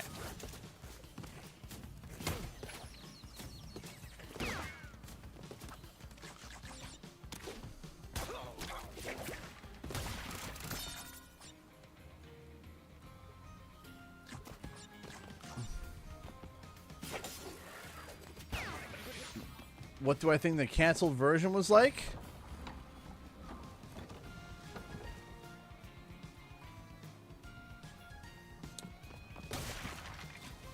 I'll say this. I'll say this. I have heard through the grapevine, through a various number of sources, what this alleged Crash 5 was going to be, and some of the other ideas that were pitched alongside it. I have heard through the grapevine over the years, because of course, as a content creator, you hear things. You hear things. You hear things through the grapevine. You are told, you know, hey, this stays here, etc., etc. That's something that I've heard and learned and saw. And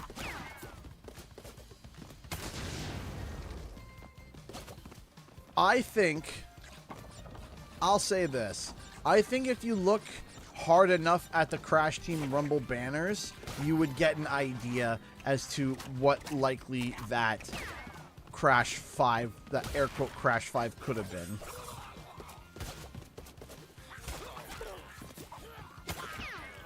All you would have to do is likely just look at the renders from, or the banners from Rumble, and you could probably piece something together in terms of what could be.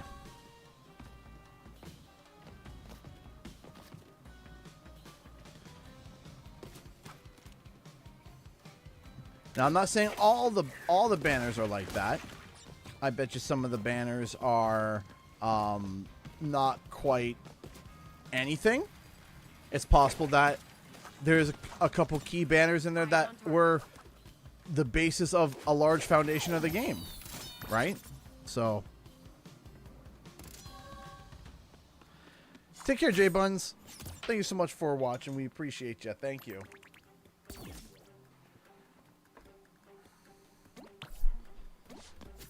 Continue.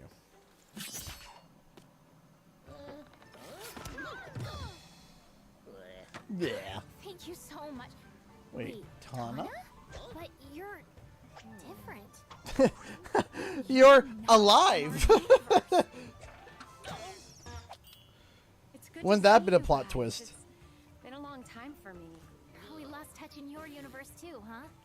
Yeah, you could say that. What did we like, die or something? What? No. Nope. No. No. Definitely not. So how are things in your dimension? The usual. A bunch of evil scientists attempting interdimensional domination. Huh.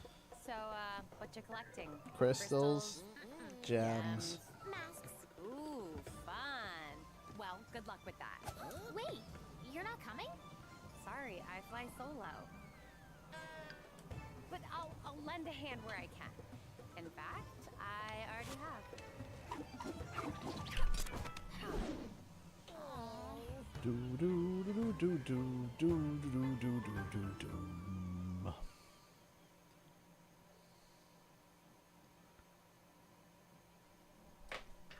Oh crud! What is this thing doing? Hold on, spaghetti mess! Spaghetti mess! What are you doing?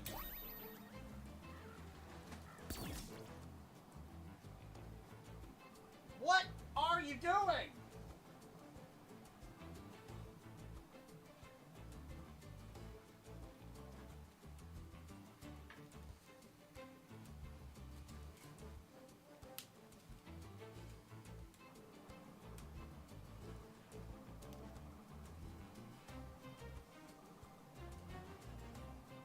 Do you hate me or something? Like, what are you doing? Hold on.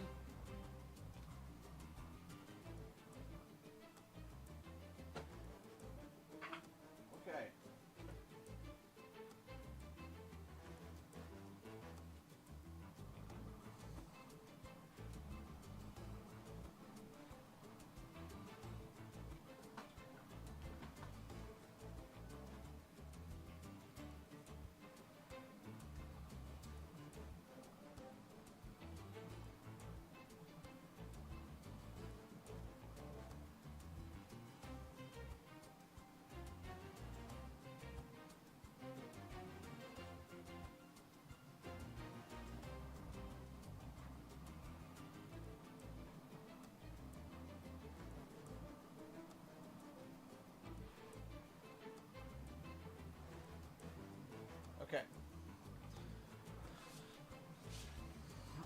Sorry, one of my filaments was not,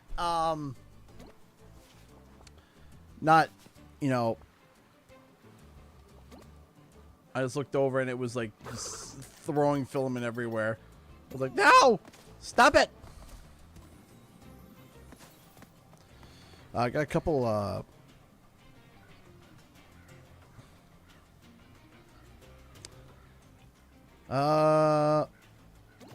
let's see here. Who's seen the live action Dragon Ball movie? It was awful. I've seen it, unfortunately, multiple times trying to find something good from it. And I learned that there was absolutely nothing good about it. There was zero goodness to it. It was hot Okay, this place garbage. And I tried to say it wasn't, and it was. It was absolutely just hot garbage, hot trash. This is a mod. So the mod, yeah, there's the mod. No, let's restart. So what this mod does is that it does a whole bunch of quality of life changes for the game. So for example, you're about to see it. We are now on an alternative timeline. Hey, we just sold another Danger Dragons ahead. Sweet. I think I have to print another one of those. So anyway, one of the things that this mod does is that it removes a lot of silly boxes. That's one thing. So remember how there used to, I believe there used to be a box over there. Well, now it's gone. There used to be, you have to break a certain amount of Wumpa and you get 1 gem, and then you get 2 gems, and you get 3 gems, whatever. That's all been removed. It's literally, hey, you get 90% Wumpa, you get the skin from the level. That's it. That's the whole extent to it. Now, this is my first time playing through, so I'm learning what's been, you know, what's here, what's not. Come on.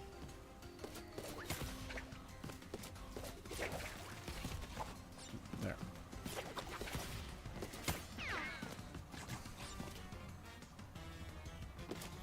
And also, one of the things that is... See? Right there. Oh, come on! Man, I am really just eating it today, aren't I? But basically, the whole idea is just that, well, it's just meant to be easier, more for a casual playthrough.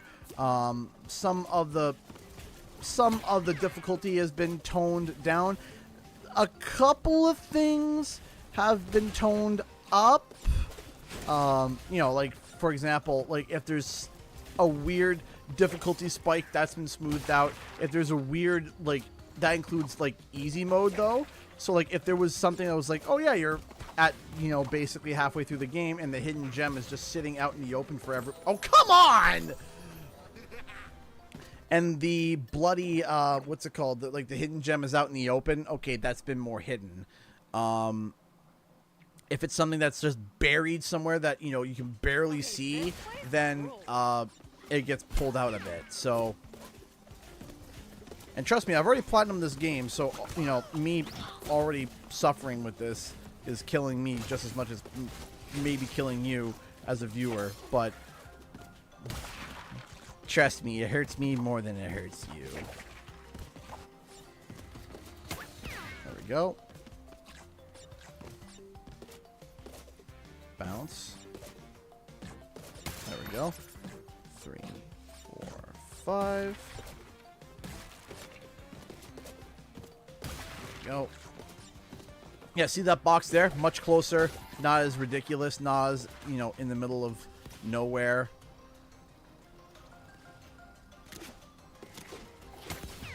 He gets yeeted.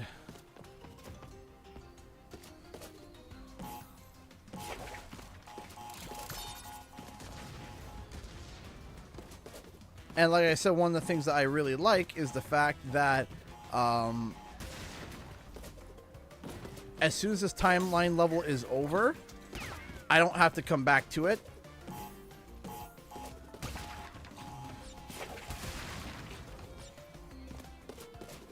it's like I don't have to go through and play as Crash again.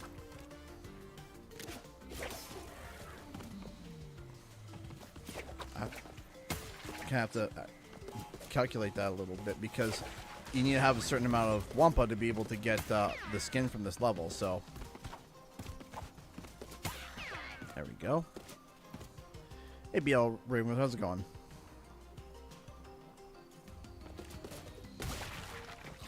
Yeah, Crash 4 is my favorite Crash game as well. See, this is a properly hidden gem. Oh, there's not a big pile of boxes over here. Interesting.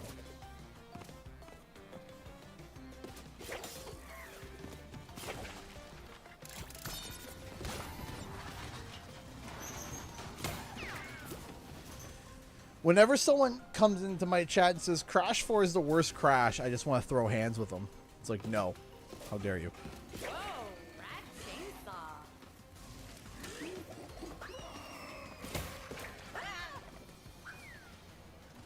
I'm stupid. I'm not going to reset because I'm so far in now. We'll do it later. I might try to... I'm thinking about doing like just a casual 100% run of this. Maybe not the time trials. Maybe not the time trials. Because... Or, you know what? No, I could... That's right. You... So if memory serves correct, if I read the doc correctly, you can get the 100% just by getting like the Sapphire. Like you don't need to get the Platinum Relic. Which... Forgot about that again. Which, then, yeah, we might do another run through just for the sake of why not, right? Just the basic relics. Don't need to do the, There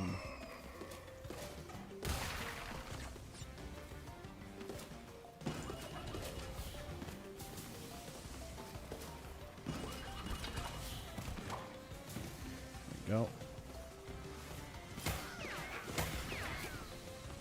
Oh, yeah. The Crash is dead real! Does anyone want a shirt that says Crash is dead? Just unironically? Like seriously, like does someone want me to make a shirt design that literally is just like ironically just like a Crash Bandicoot gravestone or whatnot, just making fun of the fact that, you know, people literally sit there and say, you know, Crash is dead.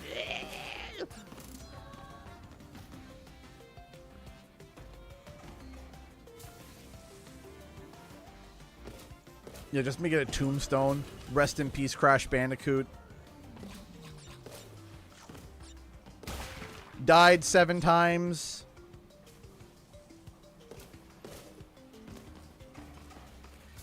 Wait, I just noticed the detail here. What is that in the bottom right corner there on the actual, like, Doom rig? What is that? Like, do you guys see that? That's the Joker-looking thing. That's gotta be a reference. What is that? I just noticed that now. What is that?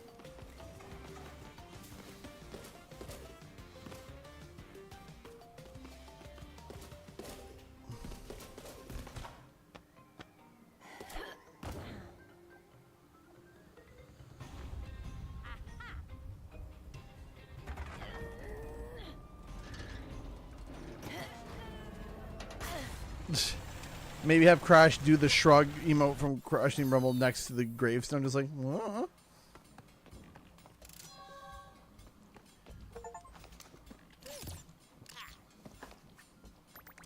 Love a comic of like Crash like reading the newspaper and spitting out his coffee as he reads the obituary to himself.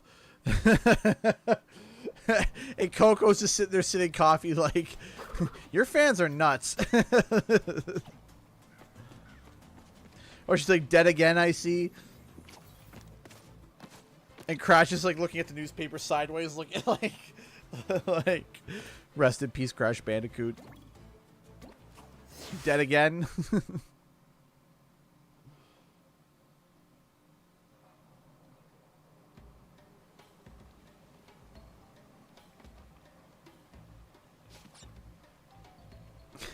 Crash is dead, but it's the Green Arrow meme with the Cortex. What, Cortex doing this?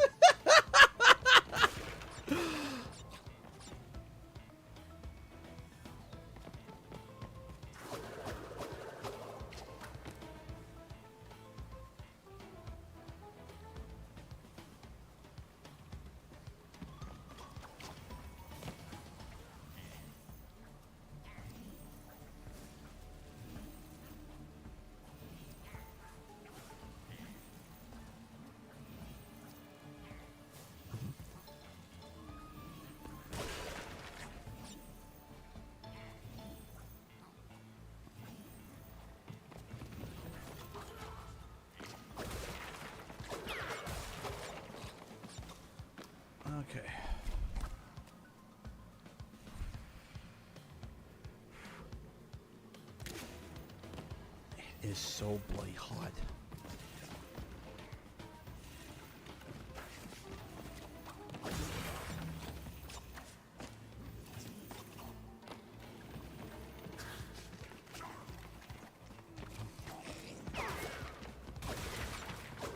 There we go.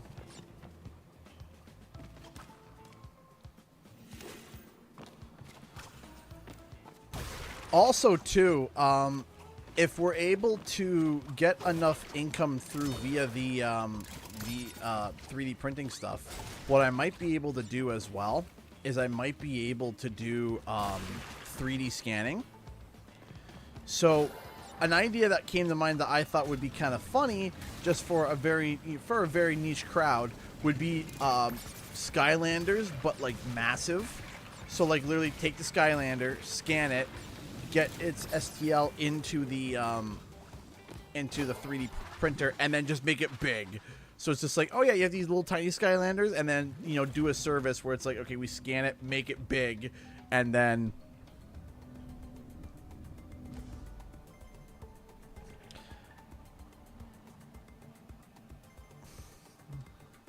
"3D printed lifesize." Oh gosh, I come to the stream and the first thing is, do you guys want me to make a shirt Crash is dead with a tombstone on a t-shirt? I started laughing inside. It's true though.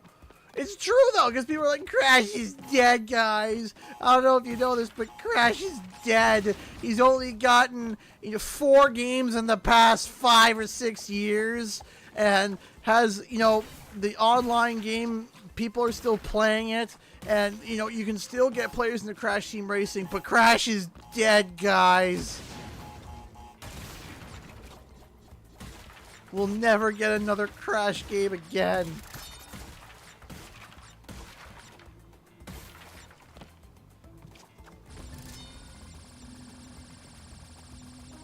But yeah, no, I thought that would be a cool idea where it's like, yeah, if you're get the Skylander gigantified. Like, all right, let's take the Skylander and just make it big. That's it. Skylander, but big. Crash is dead forever. He'll never, ever come back ever again, except for next year and the year after that. But guys, he's dead. Oh, we need to move on to other games now. It's like, bruh.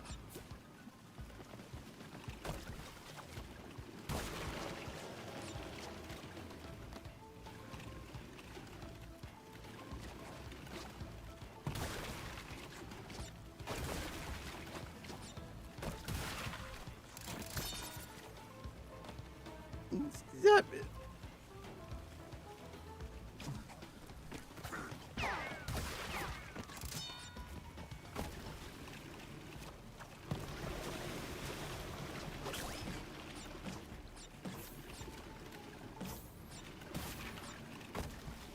Here's the other thing, though. Watch, there's going to be like a new version of Crash Bandicoot something to come out. They're going to be like, hey, we're going to try a different mobile game for Crash. And people are going to be like, and then, okay, then you're going to hear people just screaming and yelling. Which, again, I still say that if we want Crash Bandicoot to expand to even bigger audiences, Crash has to do something what Mario does, which is do something that Mario does, but also Mario doesn't. Which is Mario isn't just platformers. Mario is Mario Kart. Mario is Mario Party. Mario is these Mario sports games, board games, all these other things. And I think Crash needs to do something similar, but not the same, where yes, Crash also needs to be able to do these different things, but on top of that, to pile on top, it's something that Mario hasn't done. Something that Mario hasn't done yet. That, to me, is what I think is the key, is something where, again, yes, a different genre to expand to people's, to expand other people, but because the thing is that it's not a matter of game quality, because I think it's just a matter of more people, like, it's more of getting the newer fans nowadays to, oh shoot, to know who Crash Bandicoot is, right? it's reestablishing Crash with a newer fan base as well as the older fan base. And in my opinion, ooh, there's a hidden gem. And in my opinion, I think that we would have to do something different, something that's a different genre, something that is interesting. And I think that it would be super cool. A Crash RTS. That's a little bit kind of already like Rumble already, right? And I think genuinely, I'm going to say this. I think Rumble could have easily thrived if it was given what it deserved. If what I've heard is correct, which I'm not going to confirm where I've heard this or whom I heard it from or whatever, but if what I've heard is correct, there was no hope with Rumble from even Activision. They just didn't care.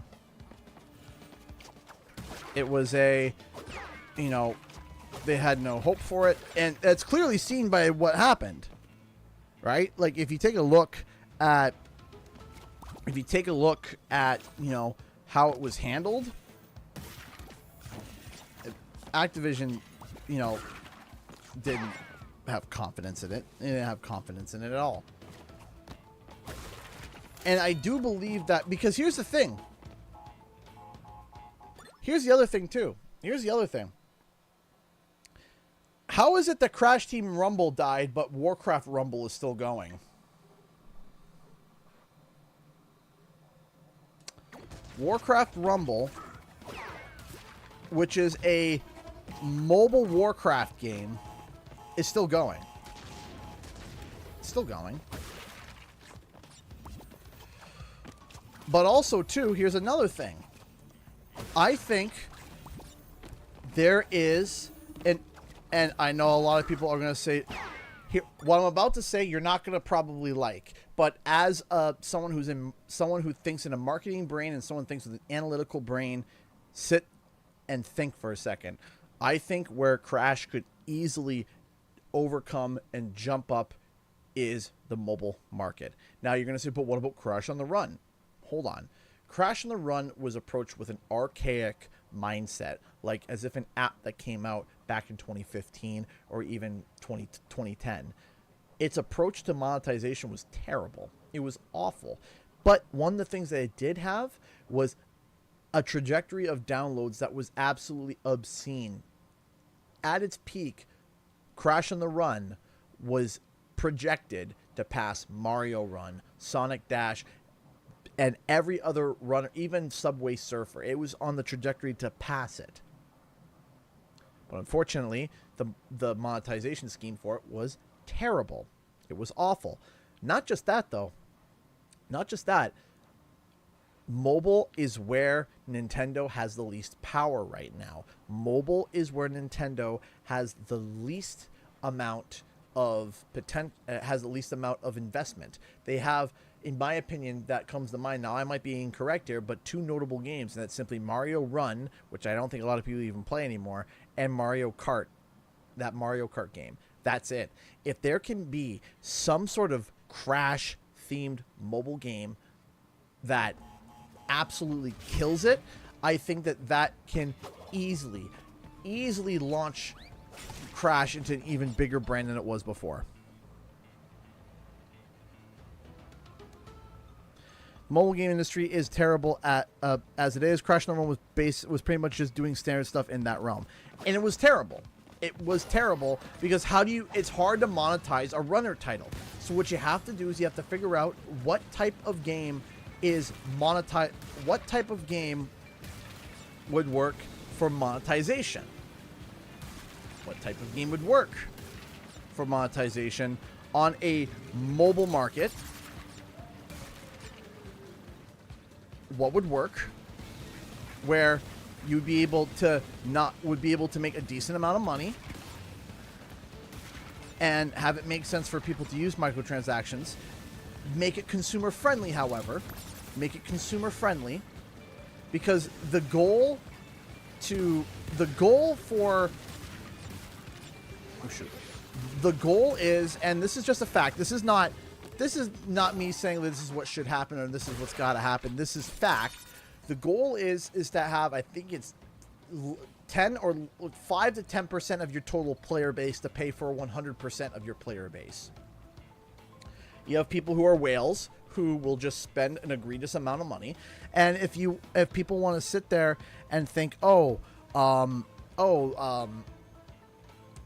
not very, that's not very consumer friendly for you to say. That is a fact. And to give you an idea,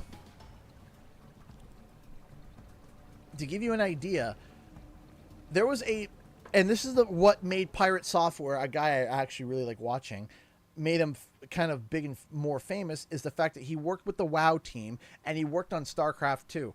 There was a $10 sparkle mount, a sparkle pony mount in World of Warcraft made them net more money than StarCraft 2 did.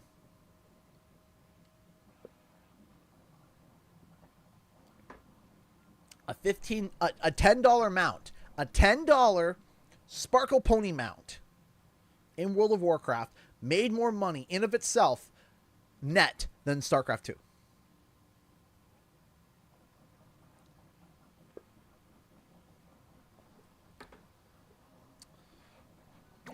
How is that even possible? And it's because those things that come out, those bundles, they make money. But here's where I think there's an underappreciated market. I think making a game that rewards you, first off, if it's a Crash Bandicoot title, there needs to be a single player aspect. There has to be some form of a single player aspect to it. There's gotta be. You can't not have a single player aspect when it comes to Crash Bandicoot. You gotta have it in some aspect. There's gotta be some form of a single player mode. No matter what, for this mobile game, it's gotta have a single player mode in some way.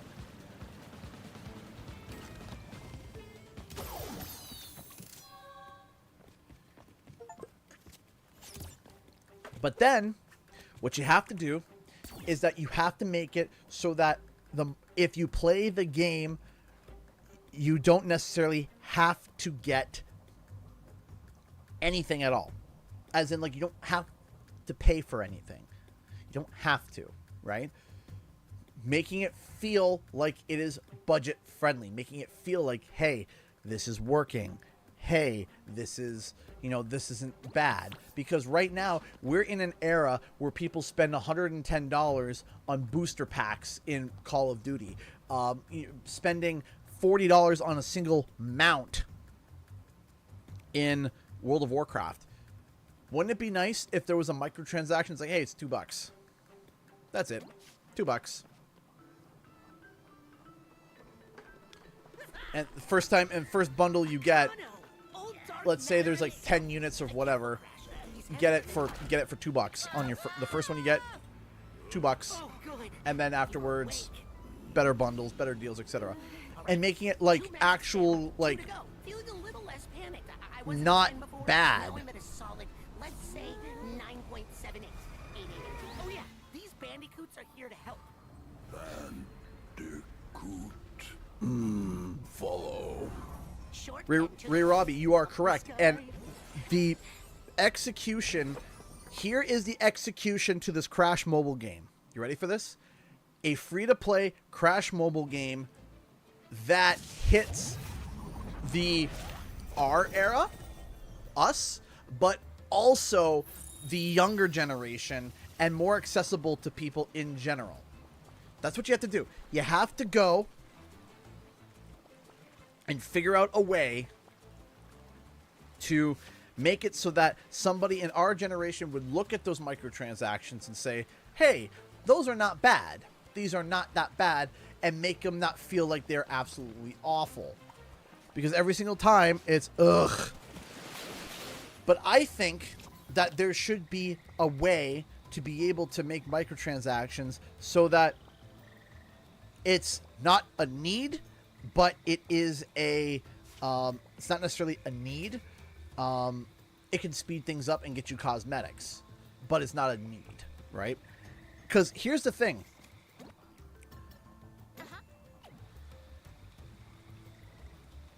If Crash Team Rumble launched at free to play, okay, and there were microtransactions, people were complaining about that, right?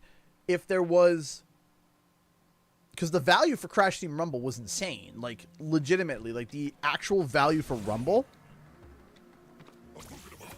the actual value of Rumble, like in terms of like how much everything cost, was pretty nutty. I think, like, I've spent very little, if much at all, on Rumble beyond the initial cost. And I think maybe like I think I spent money on one battle pass on the Xbox for my wife. And that's it. Because if you 100% the battle pass, you get the next one for free, right? So there should be an incentive for playing.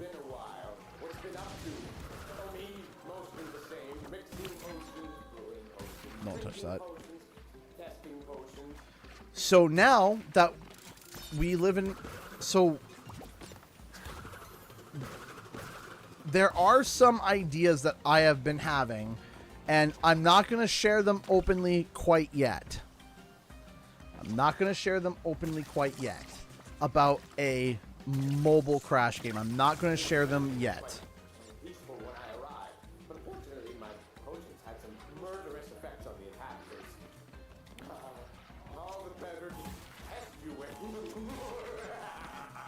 There we go. I'm not going to speak on it quite yet because just in case. But here is the thought process. What is something that makes sense in terms of microtransactions? Something that makes sense in terms of microtransactions. Something that I like the new placement of this chest of this crate over here. I like that. That's a lot better.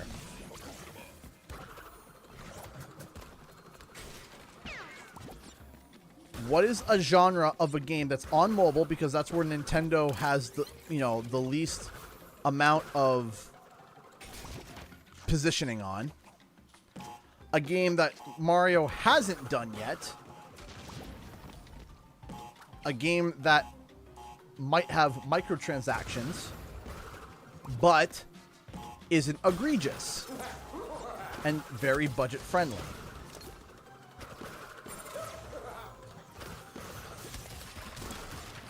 And I think there are a couple of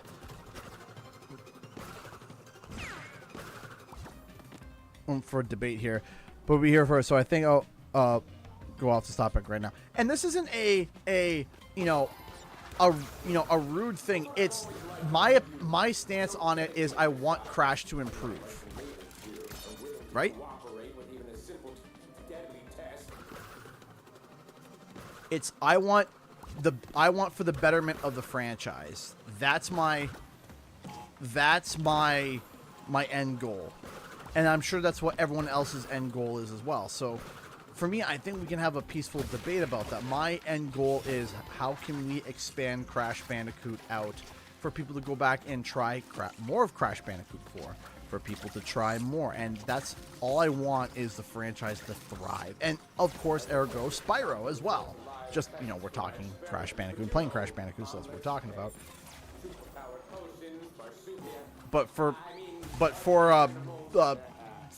Spyro, we first need to get a new game. They didn't cancel Crash 5. See my most recent video. If you want things explained, please go see recent Crash Bandicoot 5 video.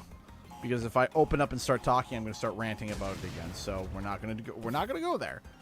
But if you want to know more, see my most recent video.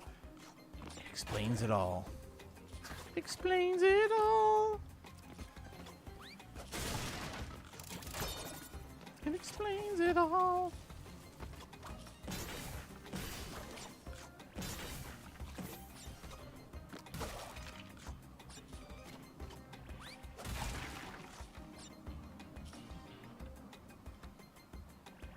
Oh, well, sorry, Air Conditioned Studios, because there are people who have genuinely come in and said, you know, I've genuinely asked that question, so that's why I just assumed, you know.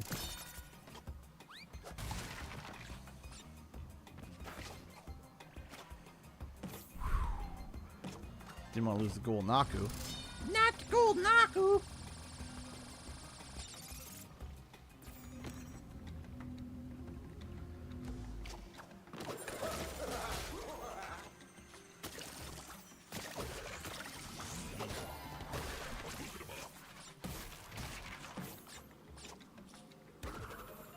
Baking.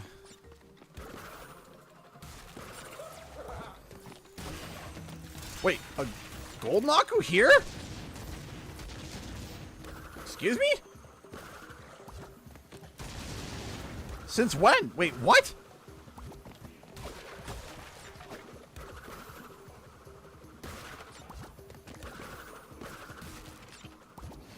I'm not crazy, right? You typically don't get golden Akus on this level.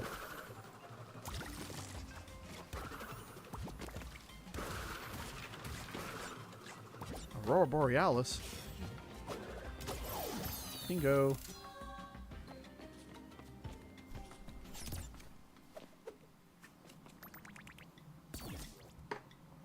I modded in. Wow, that was awesome because it's true, we rarely see golden Aku. It's always just like, oh yeah, I got golden Aku because I died 12 times and got an extra Aku box. Yay. I like that. I like that a lot, actually. Thank you for modding that in. That is very awesome. I like that. Because it's always like, I only feel, whenever I have a golden Aku, it now just feels bad because it meant I died 4,000 times.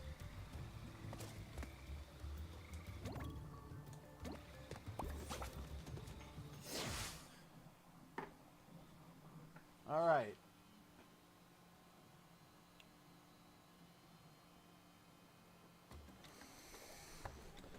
Let me take a look at these here. If these relics are looking half decent, I'll repost. Let's see here. Now these relics are looking good. Nothing wrong. Everything's printing good. Everyone's cooperating.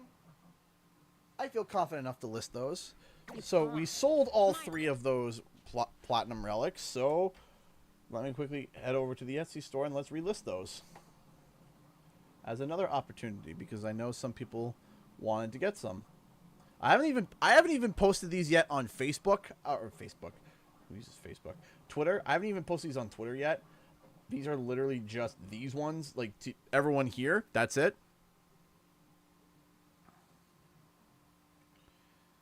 Platinum spaghetti. No, that was not the spaghetti. The platinum was not spaghettiing. It was another print that was spaghettiing, which I don't want to reveal yet until it's done, which I think it's okay. I think it's okay. I don't think it's I don't think it went full mom spaghetti, if you know what I mean. Yes, we do have orbs. We have blue orbs. We have red orbs. Orbs!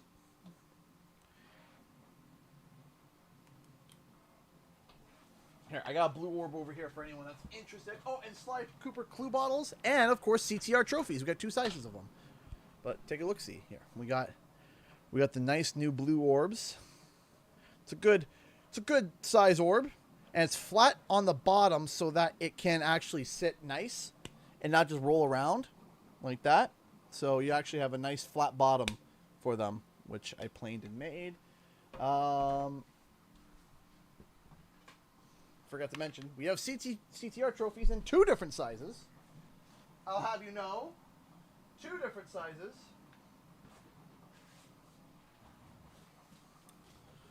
We have a smaller CTR trophy and we have the bigger CTR trophy.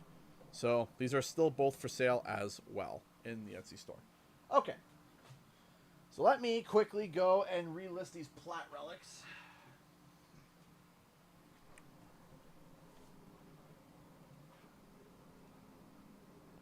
And don't worry, I will be updating those the description for those because 3 and renew changes and renew. Okie dokie artichoke.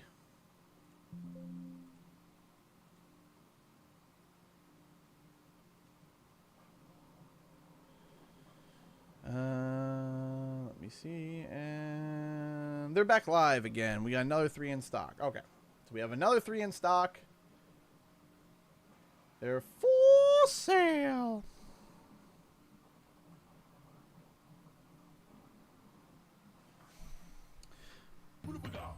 Booblaga! Thank you, Emily. I appreciate it for the subscription. Thank you for the support. CTR tokens in the future? You mean like these? The answer is yes. These are prototypes, not quite ready yet, but I do want to do a nice big old pack of them. So yeah, that's the plan. ACG, what would it take to be a moderator on your channel, and what are the qualifications for being a good moderator taken into consideration? So we take moderating very, very, very seriously. So we don't just let any, Tom, Dick, and Harry apply. We take it very seriously. We have a system. So basically, what we do is that... Almost die, apparently.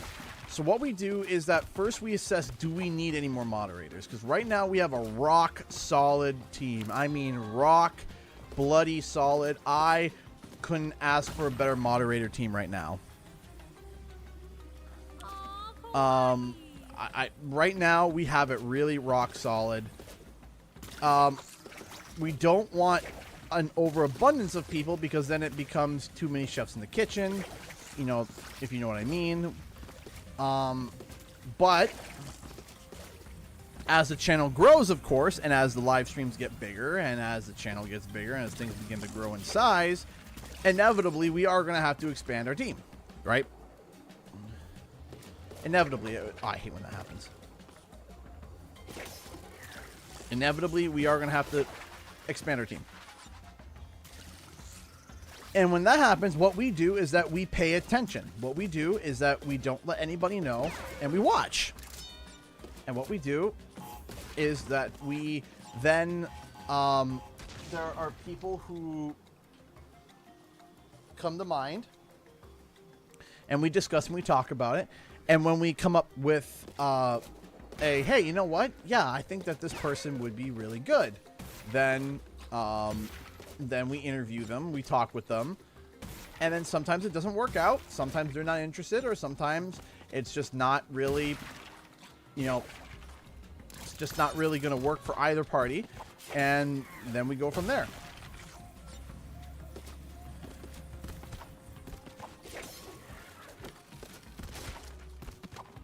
There we go.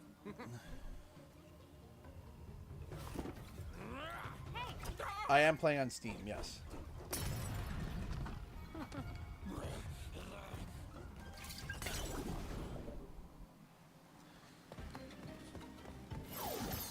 Dunzo. So what we look for, the first thing that we look for is, of course, attitude. That's like the biggest thing that we look at first is attitude. How are they? Are they, is it somebody that is kind? Is it somebody that is a good representation of the community? Is it somebody who we feel is, like, hey, if they were out and about and they said, yeah, I'm a moderator for Canadian Guy A, would that person be a good representative of what we expect? Okay, quick thing before we continue. I gotta ask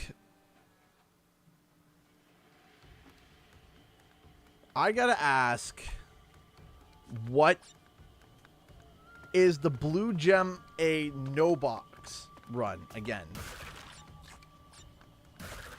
So we'll do a regular run of Dragon On, but I gotta try and find the thing. Is it here? I can't remember where it is.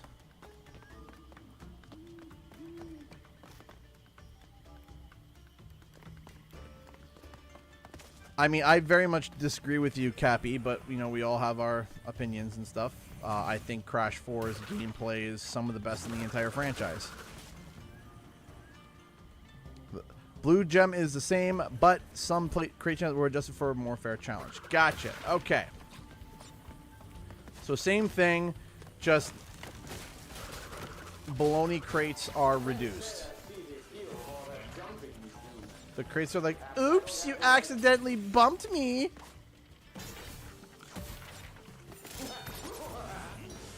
Oh, I was also recently cursed with information that I started laughing about from, again, that guy from Pirate Software, which is a really good YouTube channel. I really like his stuff. He was just like, I want you to picture Cthulhu. He goes, and now think Cthulhu. And just puts ooh on Cthulhu. And he's like, now imagine with giant cat ears. He goes, all the fear of Cthulhu is gone. It's now Cthulhu. And I'm just like, oh no, now it's just stuck in my head forever.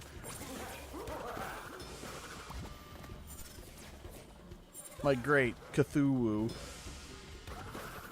That's what I needed to be cursed with.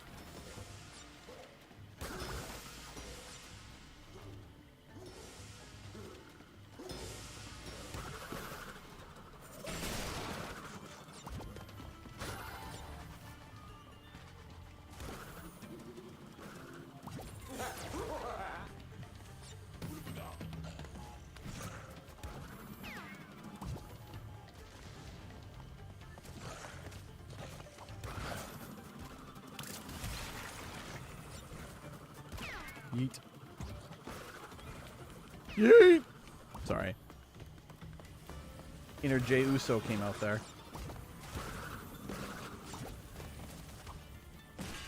Before someone corrects me. Actually, Yeet's been around since before Jey Uso.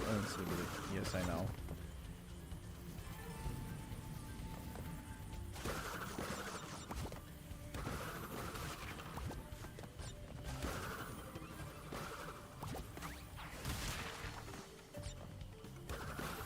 Yeah. Sometimes I think you're my only friend. And then I realize, no, that's right.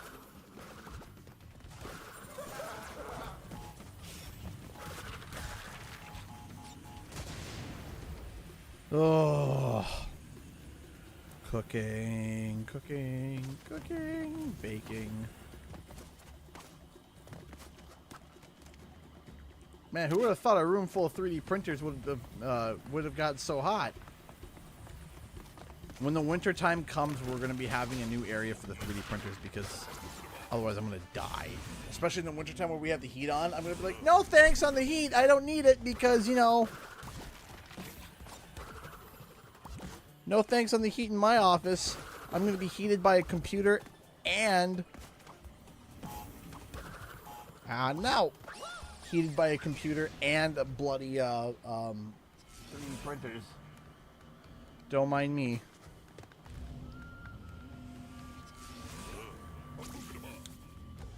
Again, for those interested, 3D relics are back in the Etsy store. If one of the moderators could throw a link to that, that would be fantastic.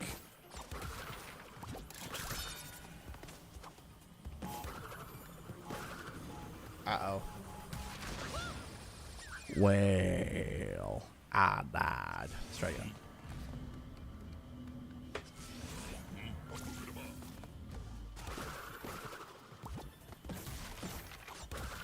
All right. Thank you, Newt.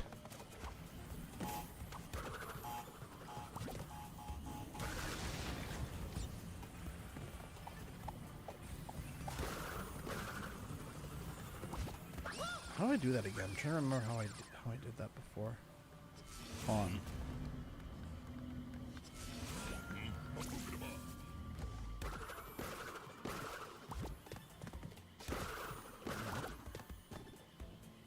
think I remember now. Hold on.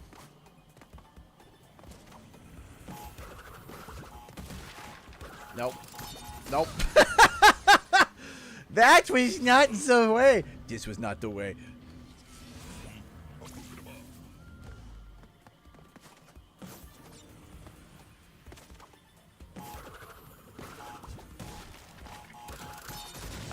The double jump.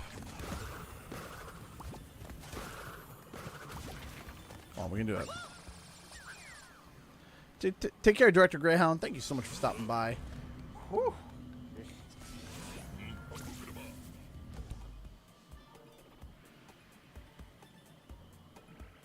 All right. I'm going to show you guys a prototype product. They're not for sale yet. But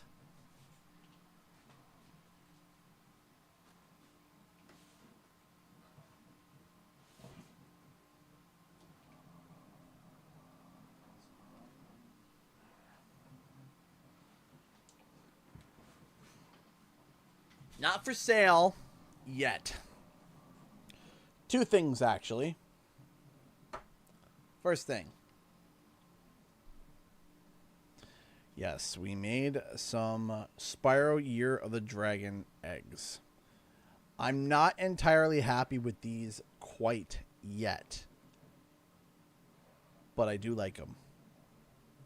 So we have some Spyro 3 Year of the Dragon eggs. Baby eggs. Now here's the other one. And this one's a very work in progress because this is technically a fail. I got the look right, but is this. So, as some of you recognize, this is the Fracture Hills Talisman. Right? Pretty cool, right? Now, I could turn around and sell this as is. But I'm trying to do something.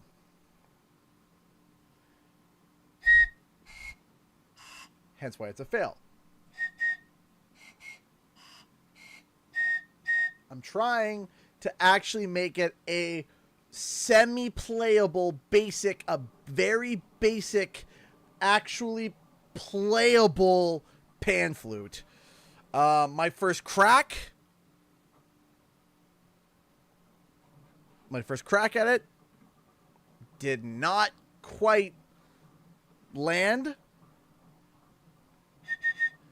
but I'm still going to be trying to figure out and, you know, pack away at it. It's playable. Yes. It is not going to be something that, you know, is going to be you know, a dynamic instrument. It's going to be a very, very, very, very, very, very, very, very basic, almost a kid-like instrument. But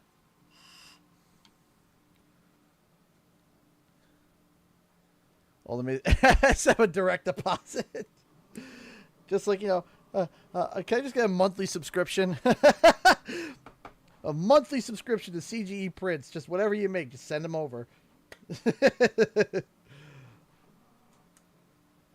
So that's the trying to. I got this one almost pretty good. That one's not even working. So I'm trying to get it to work. Garnish my wages. Take my money. So I'm trying to make an actual playable pan flute, and I've been digging at the hole, trying to make it wider, trying to adjust it, tweaking it, making it better. So far, it hasn't. You plan on using a tool to recognize the tone of the musical notes? First, I'm going to get it to work. That's step one. Get it to work. From there, I can figure out what I'm going to be doing.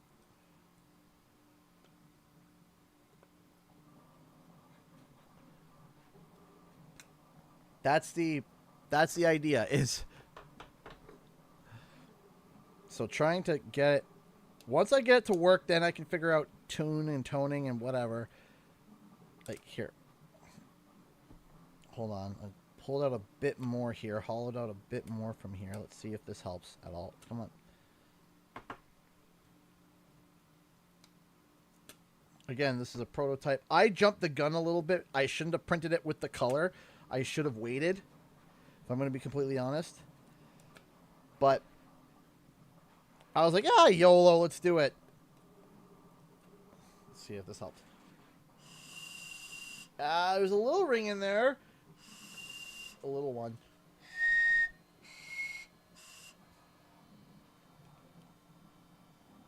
Before it was just... Now there's a tiny whistle in there. There's a little whistle in there. There's not much, though. Not a lot of whistle.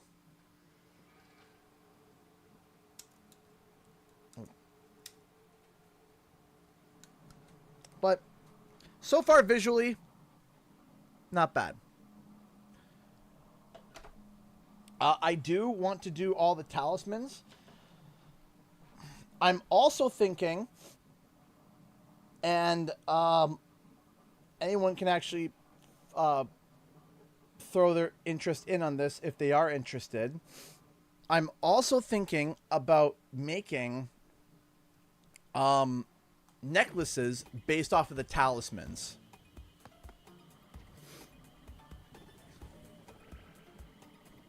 I'm thinking. Oh, the glimmer talisman. Hang on a second. Yeah, no, that was a test print. We're already glimmer talisman already done. Here. Yeah. See, done. Already done. Glimmer talisman. Super easy. It's a pickaxe.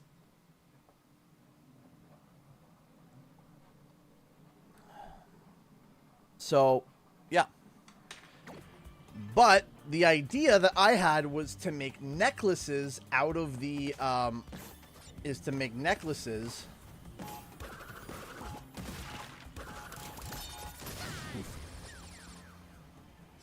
So first, I'm trying to get all the talismans printed.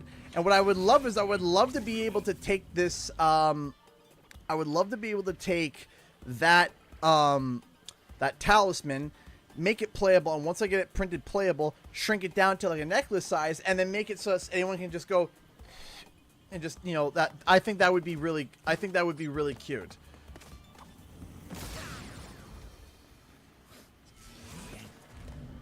I'm gonna try. I can't, of course, I can't promise anything, but I'm going to try.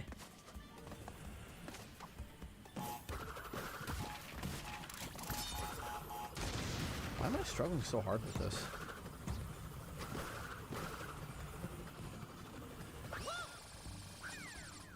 Would you make a 3D printed Allura figure? I could, but I don't know how many people will be lined up on to buy it.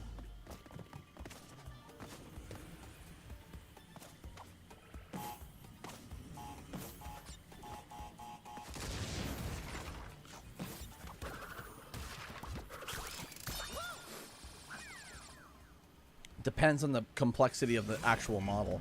Why am I struggling so much with this? I used to be able to do this fairly easily. What am I missing?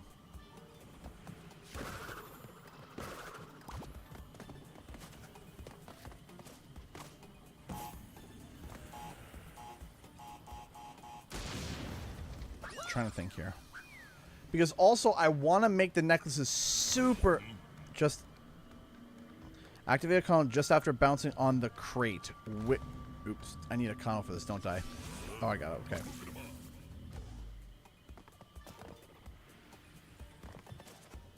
Which crate?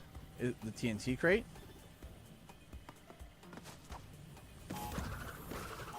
Ah, okay, I remember now. Okay, I think I remember. I bounced off the dragon, but the bounce crate.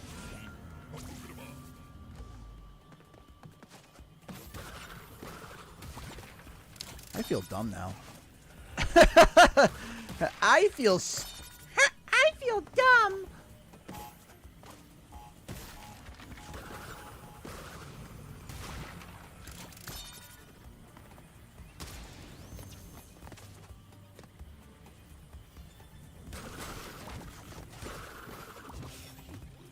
Guess who's back? Lonnie's back.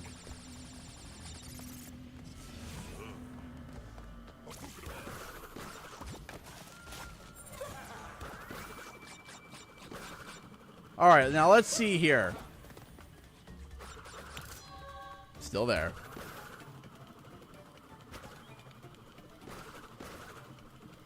I'm here, boss. What's the job? I don't know what the job is. What's the job? Did I miss something? There's a job.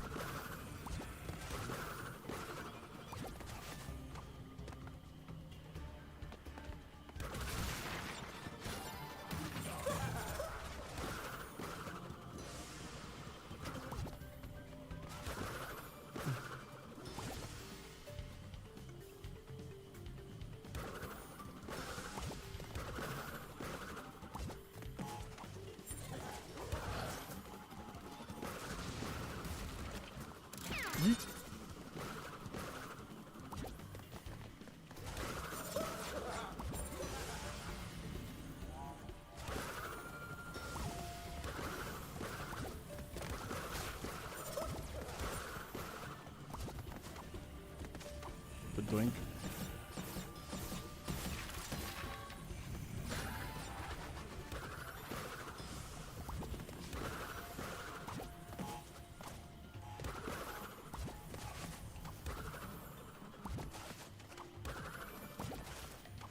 That last one, I almost ate it.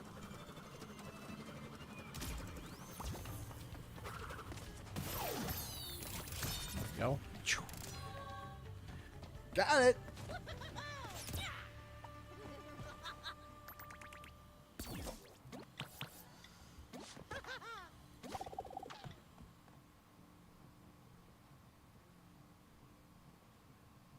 Crash 5 in this economy?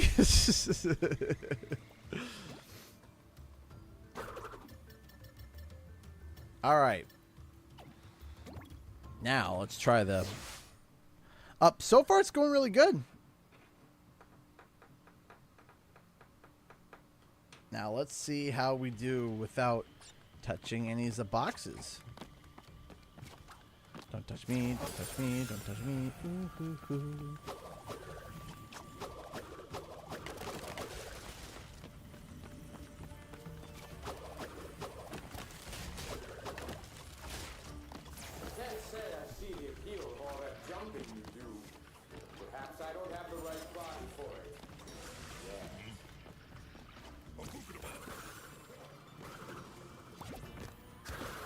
Ah, thank you for moving those boxes. Kind of take my time. Almost eat it there.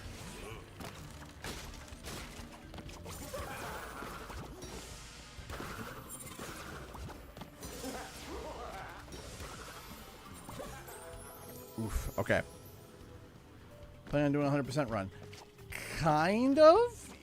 Yeah, I think so. I think that we could do try to go for the 100% run. Not the master relics though. No, none of those. But because there are some more difficult time relics on here that I don't even want to think about.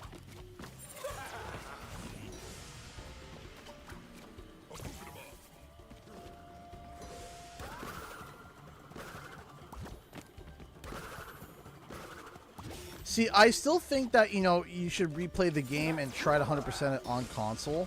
But if you really don't want to, but you want to replay the game, yeah, this version is pretty darn good.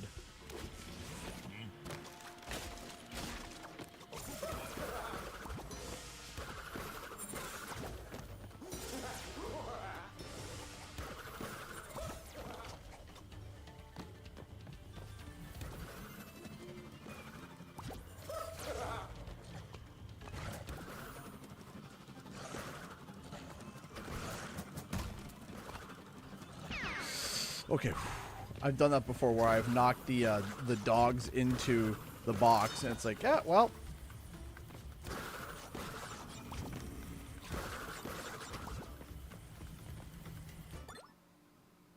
So far, so good.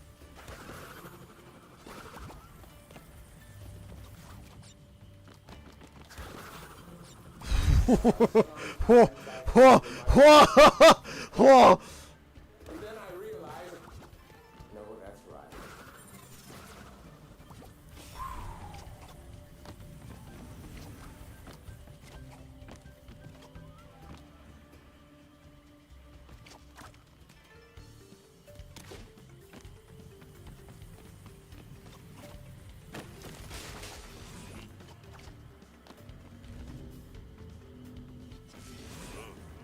I'm playing this mod on PC. Thank you for the free checkpoint.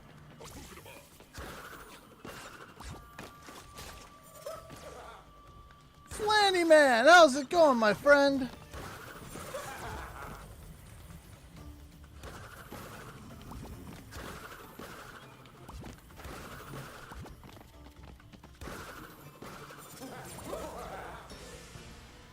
Don't touch me, don't touch me, don't touch me.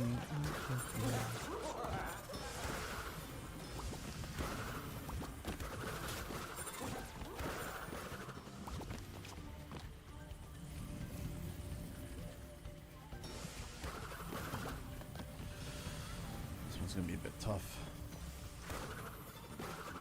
There we go.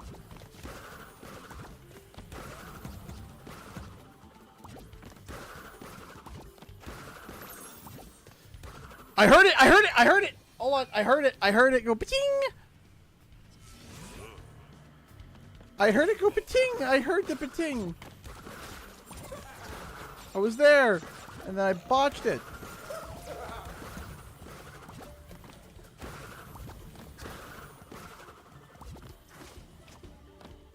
So it's there, okay.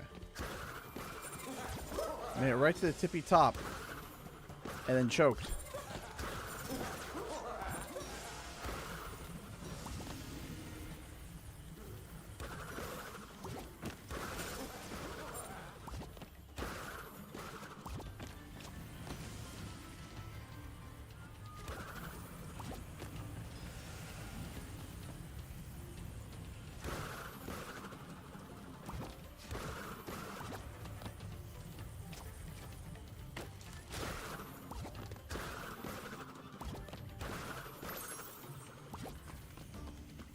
Got it! Yeah! First try! Kind of. Well, I didn't hit any boxes, so I think I did pretty good. Huh?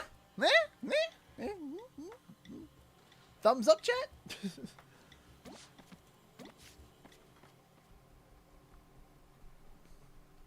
Let's go. Oh! Also, informal announcement, which we're going to be announcing it very soon. We are going to be having, drumroll please, a Spyro Community Day again this year. The month is going to be in September. This is a what's the word I'm looking for? This is not a big gigantic announcement right now. This is an informal announcement. We'll get you the final dates relatively soon, but I think we're going to be having the final dates, times, and everything set up for by Monday morning, hopefully. But we're going to be doing Spyro Community Day this year, and this time, now that we know for a fact, well, not for a fact, but well, yes, for it. Okay, now that we have enough to say that Spyro, as of when I went to PAX East, is in development, there is going to be a bigger, louder, significantly more of a push where we're going to be like, how? Please. Let's push it, because last year, listen, last year we literally got the Spyro official Spyro account to literally like do the community day with us, so I think that's gonna be super cool. I'm also gonna be 3D printing some exclusive things for the community day. Let me know what you guys want to see. I will also put an exclusive sale on the store where it'll be like, hey, there's a big sale going on for Spyro Community Day, all these things, blah blah blah. We're gonna be pushing it, gents, ladies and gents. We're gonna be pushing it. We're going to be like, do it! Give it to us! Give it to us! Give us a teaser. Give us a chance. Give us a, oh, it's just, you know, pay attention to, because like, come on out. Reveal it. Show it to us. All right, guys. So, in terms of timing, I don't have much time left because by the time I start another level, etc., etc. So we're going to put some pause. So we're going to go over the Q&R of the stream, which is the time of the stream where you ask me questions that you have been burning to ask, or just, want to know what my favorite color is at that point. So, but anyway, yes, if you guys got any questions, please fire them away now. I will try my best to answer them about anything and everything.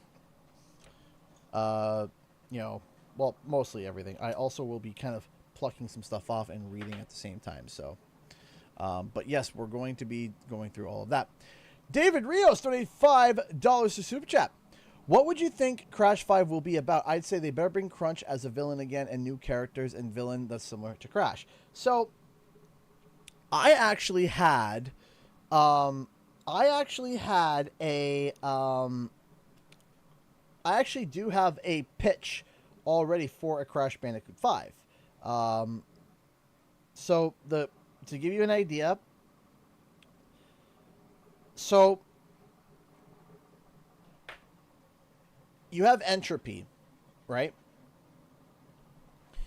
And of course, you know, again, thank you so much for the $5. So before I get into my rant, the idea for a Crash Bandicoot 5 for me is upping the stakes. How could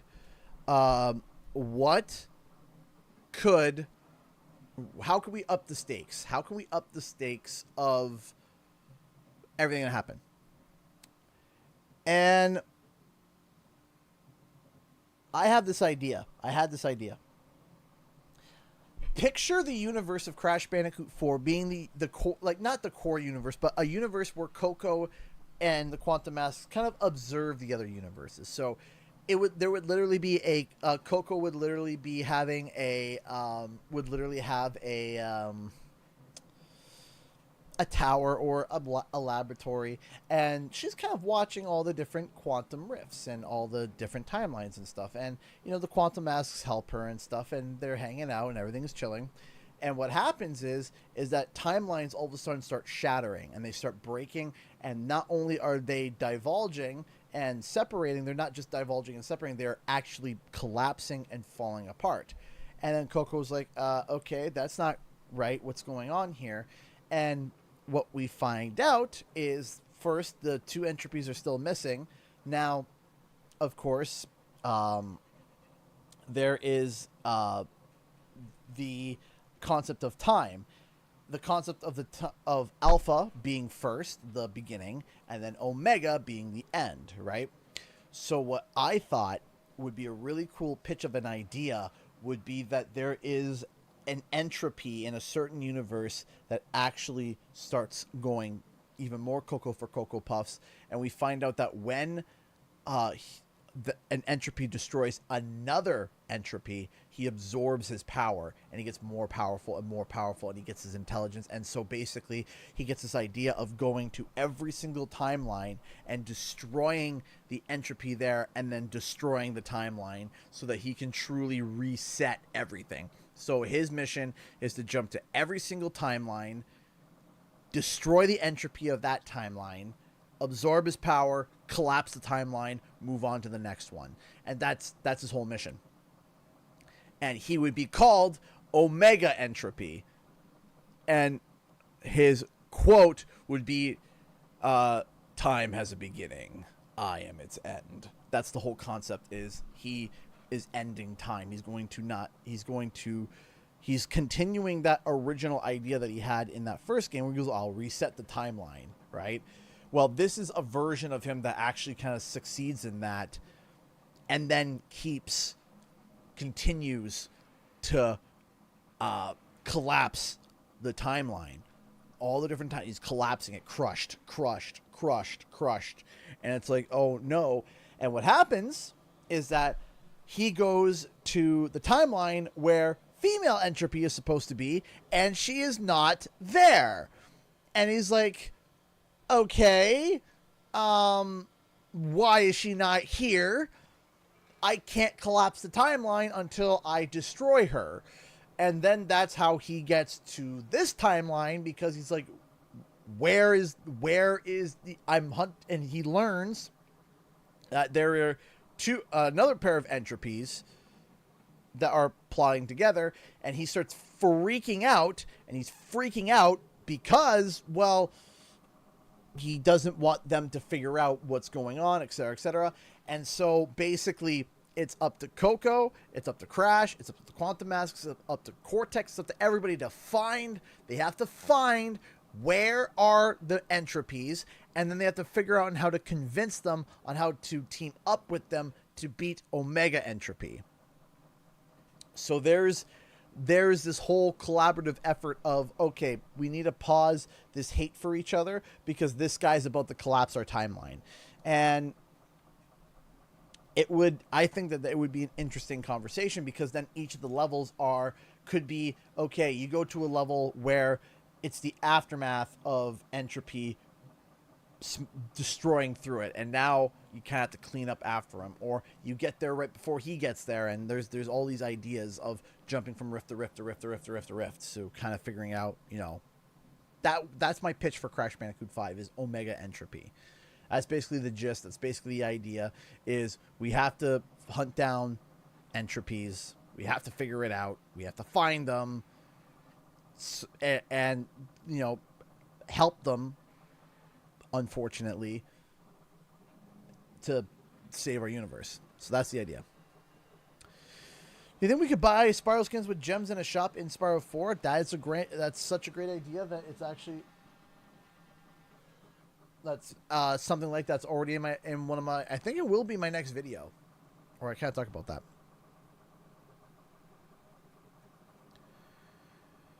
Why do you think there was so much Spyro social media stuff happening back in September, even though Spyro 4 wasn't in development yet?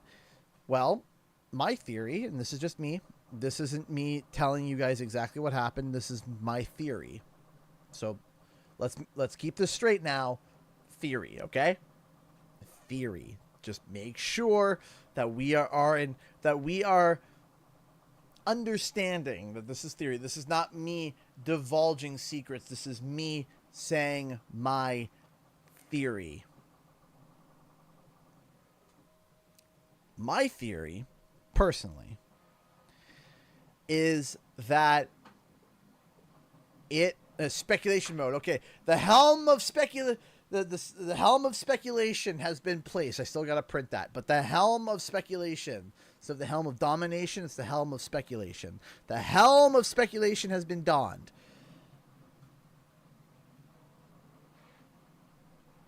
We know that at that point, at least it would seem, that Toys for Bob was interested in doing a Spyro.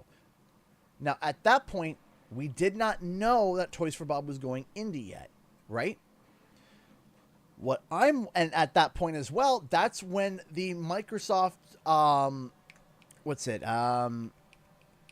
Microsoft acquisition was finalized, finished, and like actually going through, not just intending to go through, it was going through. Like, it was being approved, it was happening. It was happening.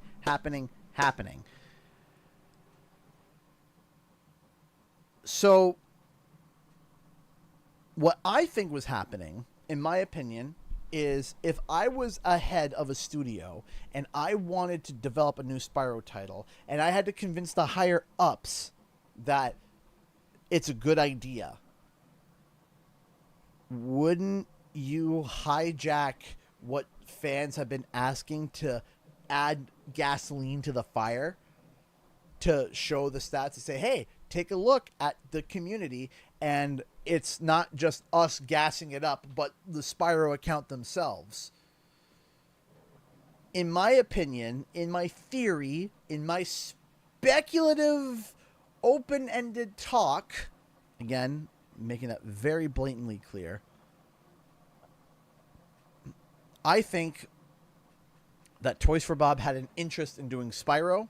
They wanted to do Spyro. They didn't want to do Call of Duty, and they wanted to talk to the heads over at Microsoft and saying, hey, talk to the heads over at Microsoft and show Microsoft, hey, there is a want, there is a need, there is a desire for this. Let's make sure that we stay on that opportunity. And I do think that that is a possibility. That is where I think that they were like, we want to do it, so we're going to push. So that's my... How about a 3D printer? Like me give away a 3D printer, or me give away 3D printed things? Because those are two different things. Those are two different things. Speaking of, and again, Platinum Relics in the store. You got 3 more. So if anyone's interested, they are for sale now. 3D printer goodie giveaway. That's a good idea. We could do something like that. I'll have to figure it out. But yes, that is possible. We could do something like that. We could do something interesting like that. Definitely could do something. Can't be 100% certain, of course, but yes, we could do something like that for a giveaway for Sparrow Community Day. Maybe we'll create something and then say, hey, give it away. Set up a vendor booth at a local Comic-Con gaming convention for the 3D prints. Yes. So the next one that's the closest is going to be Fan Expo, and that is way too big. Fan Expo, way too big, way too expensive. To get a table, to get all that stuff, way too expensive, way too big. I'm not big enough yet. However, there are local conventions and there are local cons and stuff that are smaller that I am thinking about going to with my printers.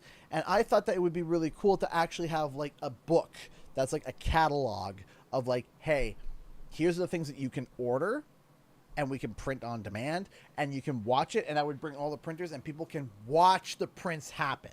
And people can sit there and they can watch it and they're like, oh my gosh, this is so cool. And just be enthralled by the prints because they have glass fronts, right? They have glass fronts. And yeah, I would just, and then it would be like, hey, here's all my print, and have my printers going, and people are like, oh my gosh, it's so cool. It's like, yeah, I know, isn't it cool? Here's all the things it can print. Here's all the stuff. Here's the things. And I would like to be able to stay within a nerdy realm. I don't want to go to a local vendor because I want to be like, hey, old man, do you want a Crash Bandicoot relic? I don't think that would be a great, market. But I do want to go and I want to print signs and I want to print a whole bunch of stock and a whole bunch of things that I think people would really like. Follow up on trends and do stuff like, hey, what's the game that's trending right now? Or, hey, what's doing really well right now? And then build stuff off of that, right? So that would be the idea. And I would have to build stock on it for at least a week. I would have to build stock for at least a week to see, hey, can we sell these things? Will they sell? How do they sell? Et cetera, things and things. So what's your thoughts on the price increase for the Xbox Game Pass Ultimate? I'm more like upset about how confusing it is now. Look at have you seen the chart for that thing? Like, my word, I saw the chart for it and I'm looking at it. I'm like, I'm more upset about the chart about who has access to what, where, and how. And I'm like, what in the world? I'm looking at I don't even know what I'm looking at. So it's really difficult. It's really difficult to figure out what in the world is happening. I'm like, I don't even know. I got a few more minutes and I got to get going. Thank you everyone who donated today. We're at $23 so far on the bar. Thank you. I appreciate that. I will be streaming tomorrow. Lord willing, I'll be streaming tomorrow, making sure I don't, in case of, throw up, hospital trip, or dying. My plan is to stream tomorrow. So that is the plan. That is the goal. That is the thing to do. So, yeah.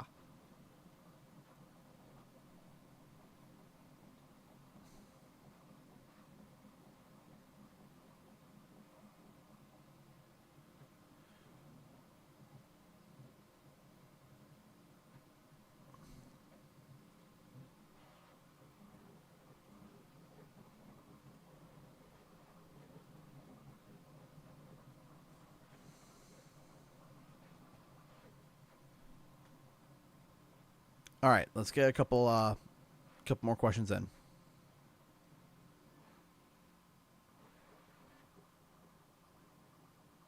Yeah, exactly. And also, I don't want to just go and print responding to what you're saying, Mystic. I also don't want to do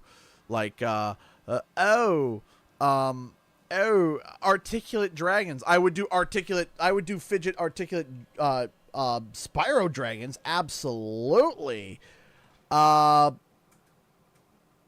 But beyond that, I don't want to just do generic $10 fidget toys at a con. Just no. Don't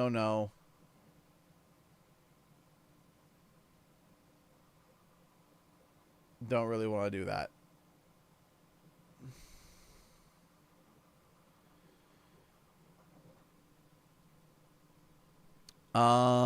Let's see here. Got a couple more questions here.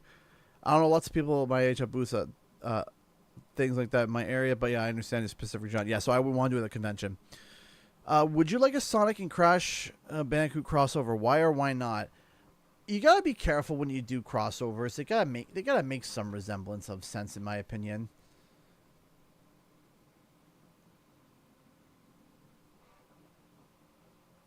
What am I?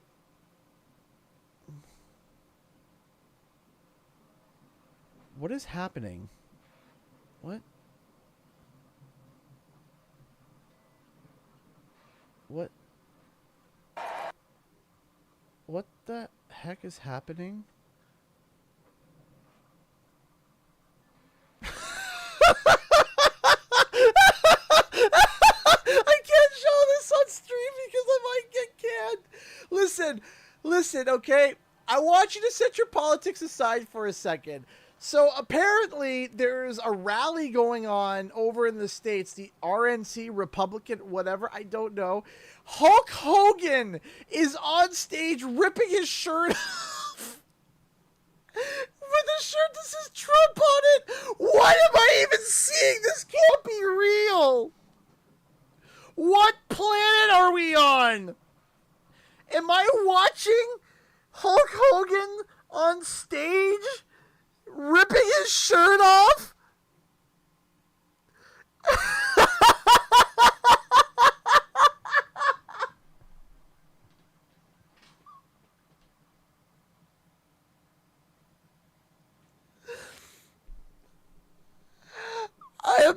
I am not exaggerating. I don't want to share it and get copyright struck. But go to Twitter. Oh.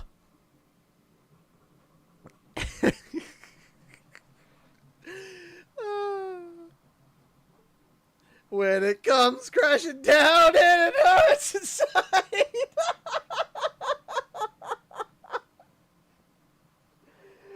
Oh, what is this?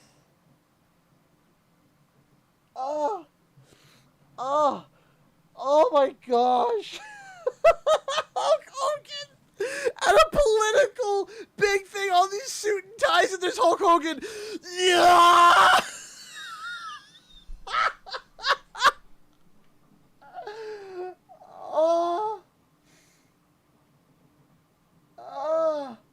I can't breathe. I don't care what political side you said. That is so funny. I'm crying. I'm sobbing. What is happening?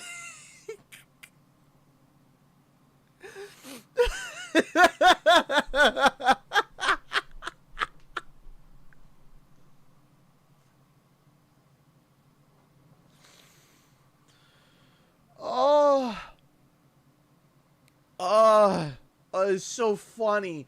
That is so fun. I don't care. I don't care. I don't care if he was backing Biden. It did not matter.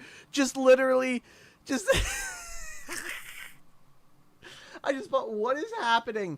If you go to Twitter, they are, again, set politics aside. Hulk Hogan is at some meetup for politics, and he just ripped his shirt off in the middle of the event.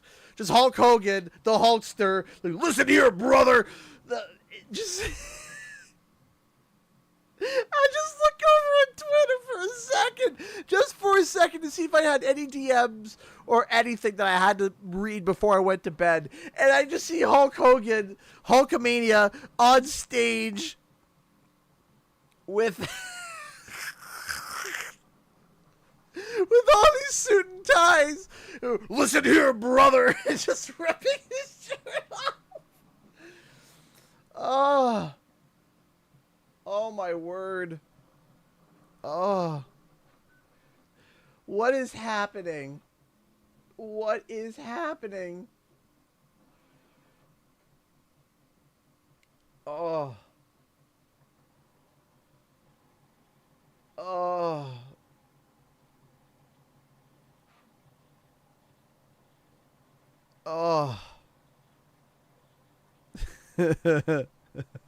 Sometimes I hate being in America. Can I be Canadian?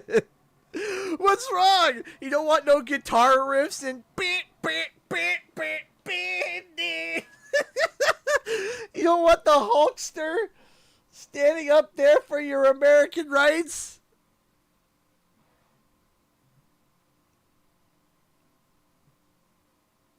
Oh. Oh. Red, white, and blue. Nah, red and yellow, brother.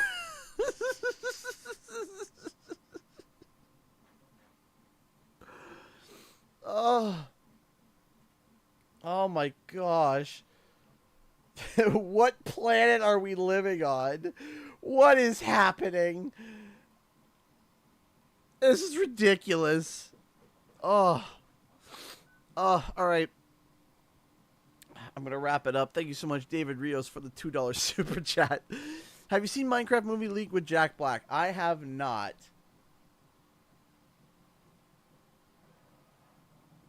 I have not.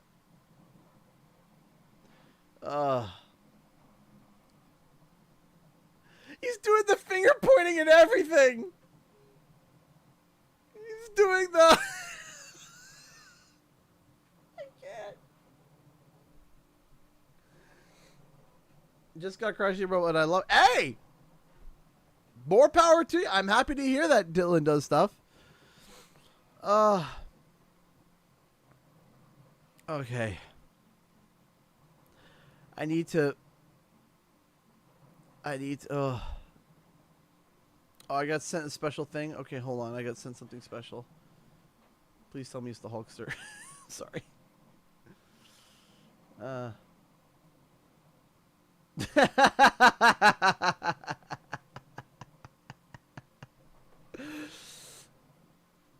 Yes, yes. Star 15 did the comic. She did the thing. Hold on. This is breaking news. Crash is dead.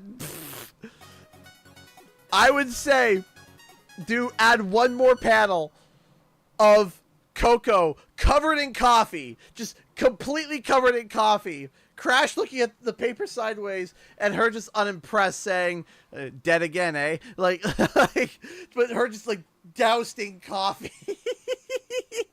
But I love this. This is so good. So good. I love it. Breaking news. Crash is dead. What? Oh, it's perfect. Oh, that is so good. All right, ladies and gentlemen.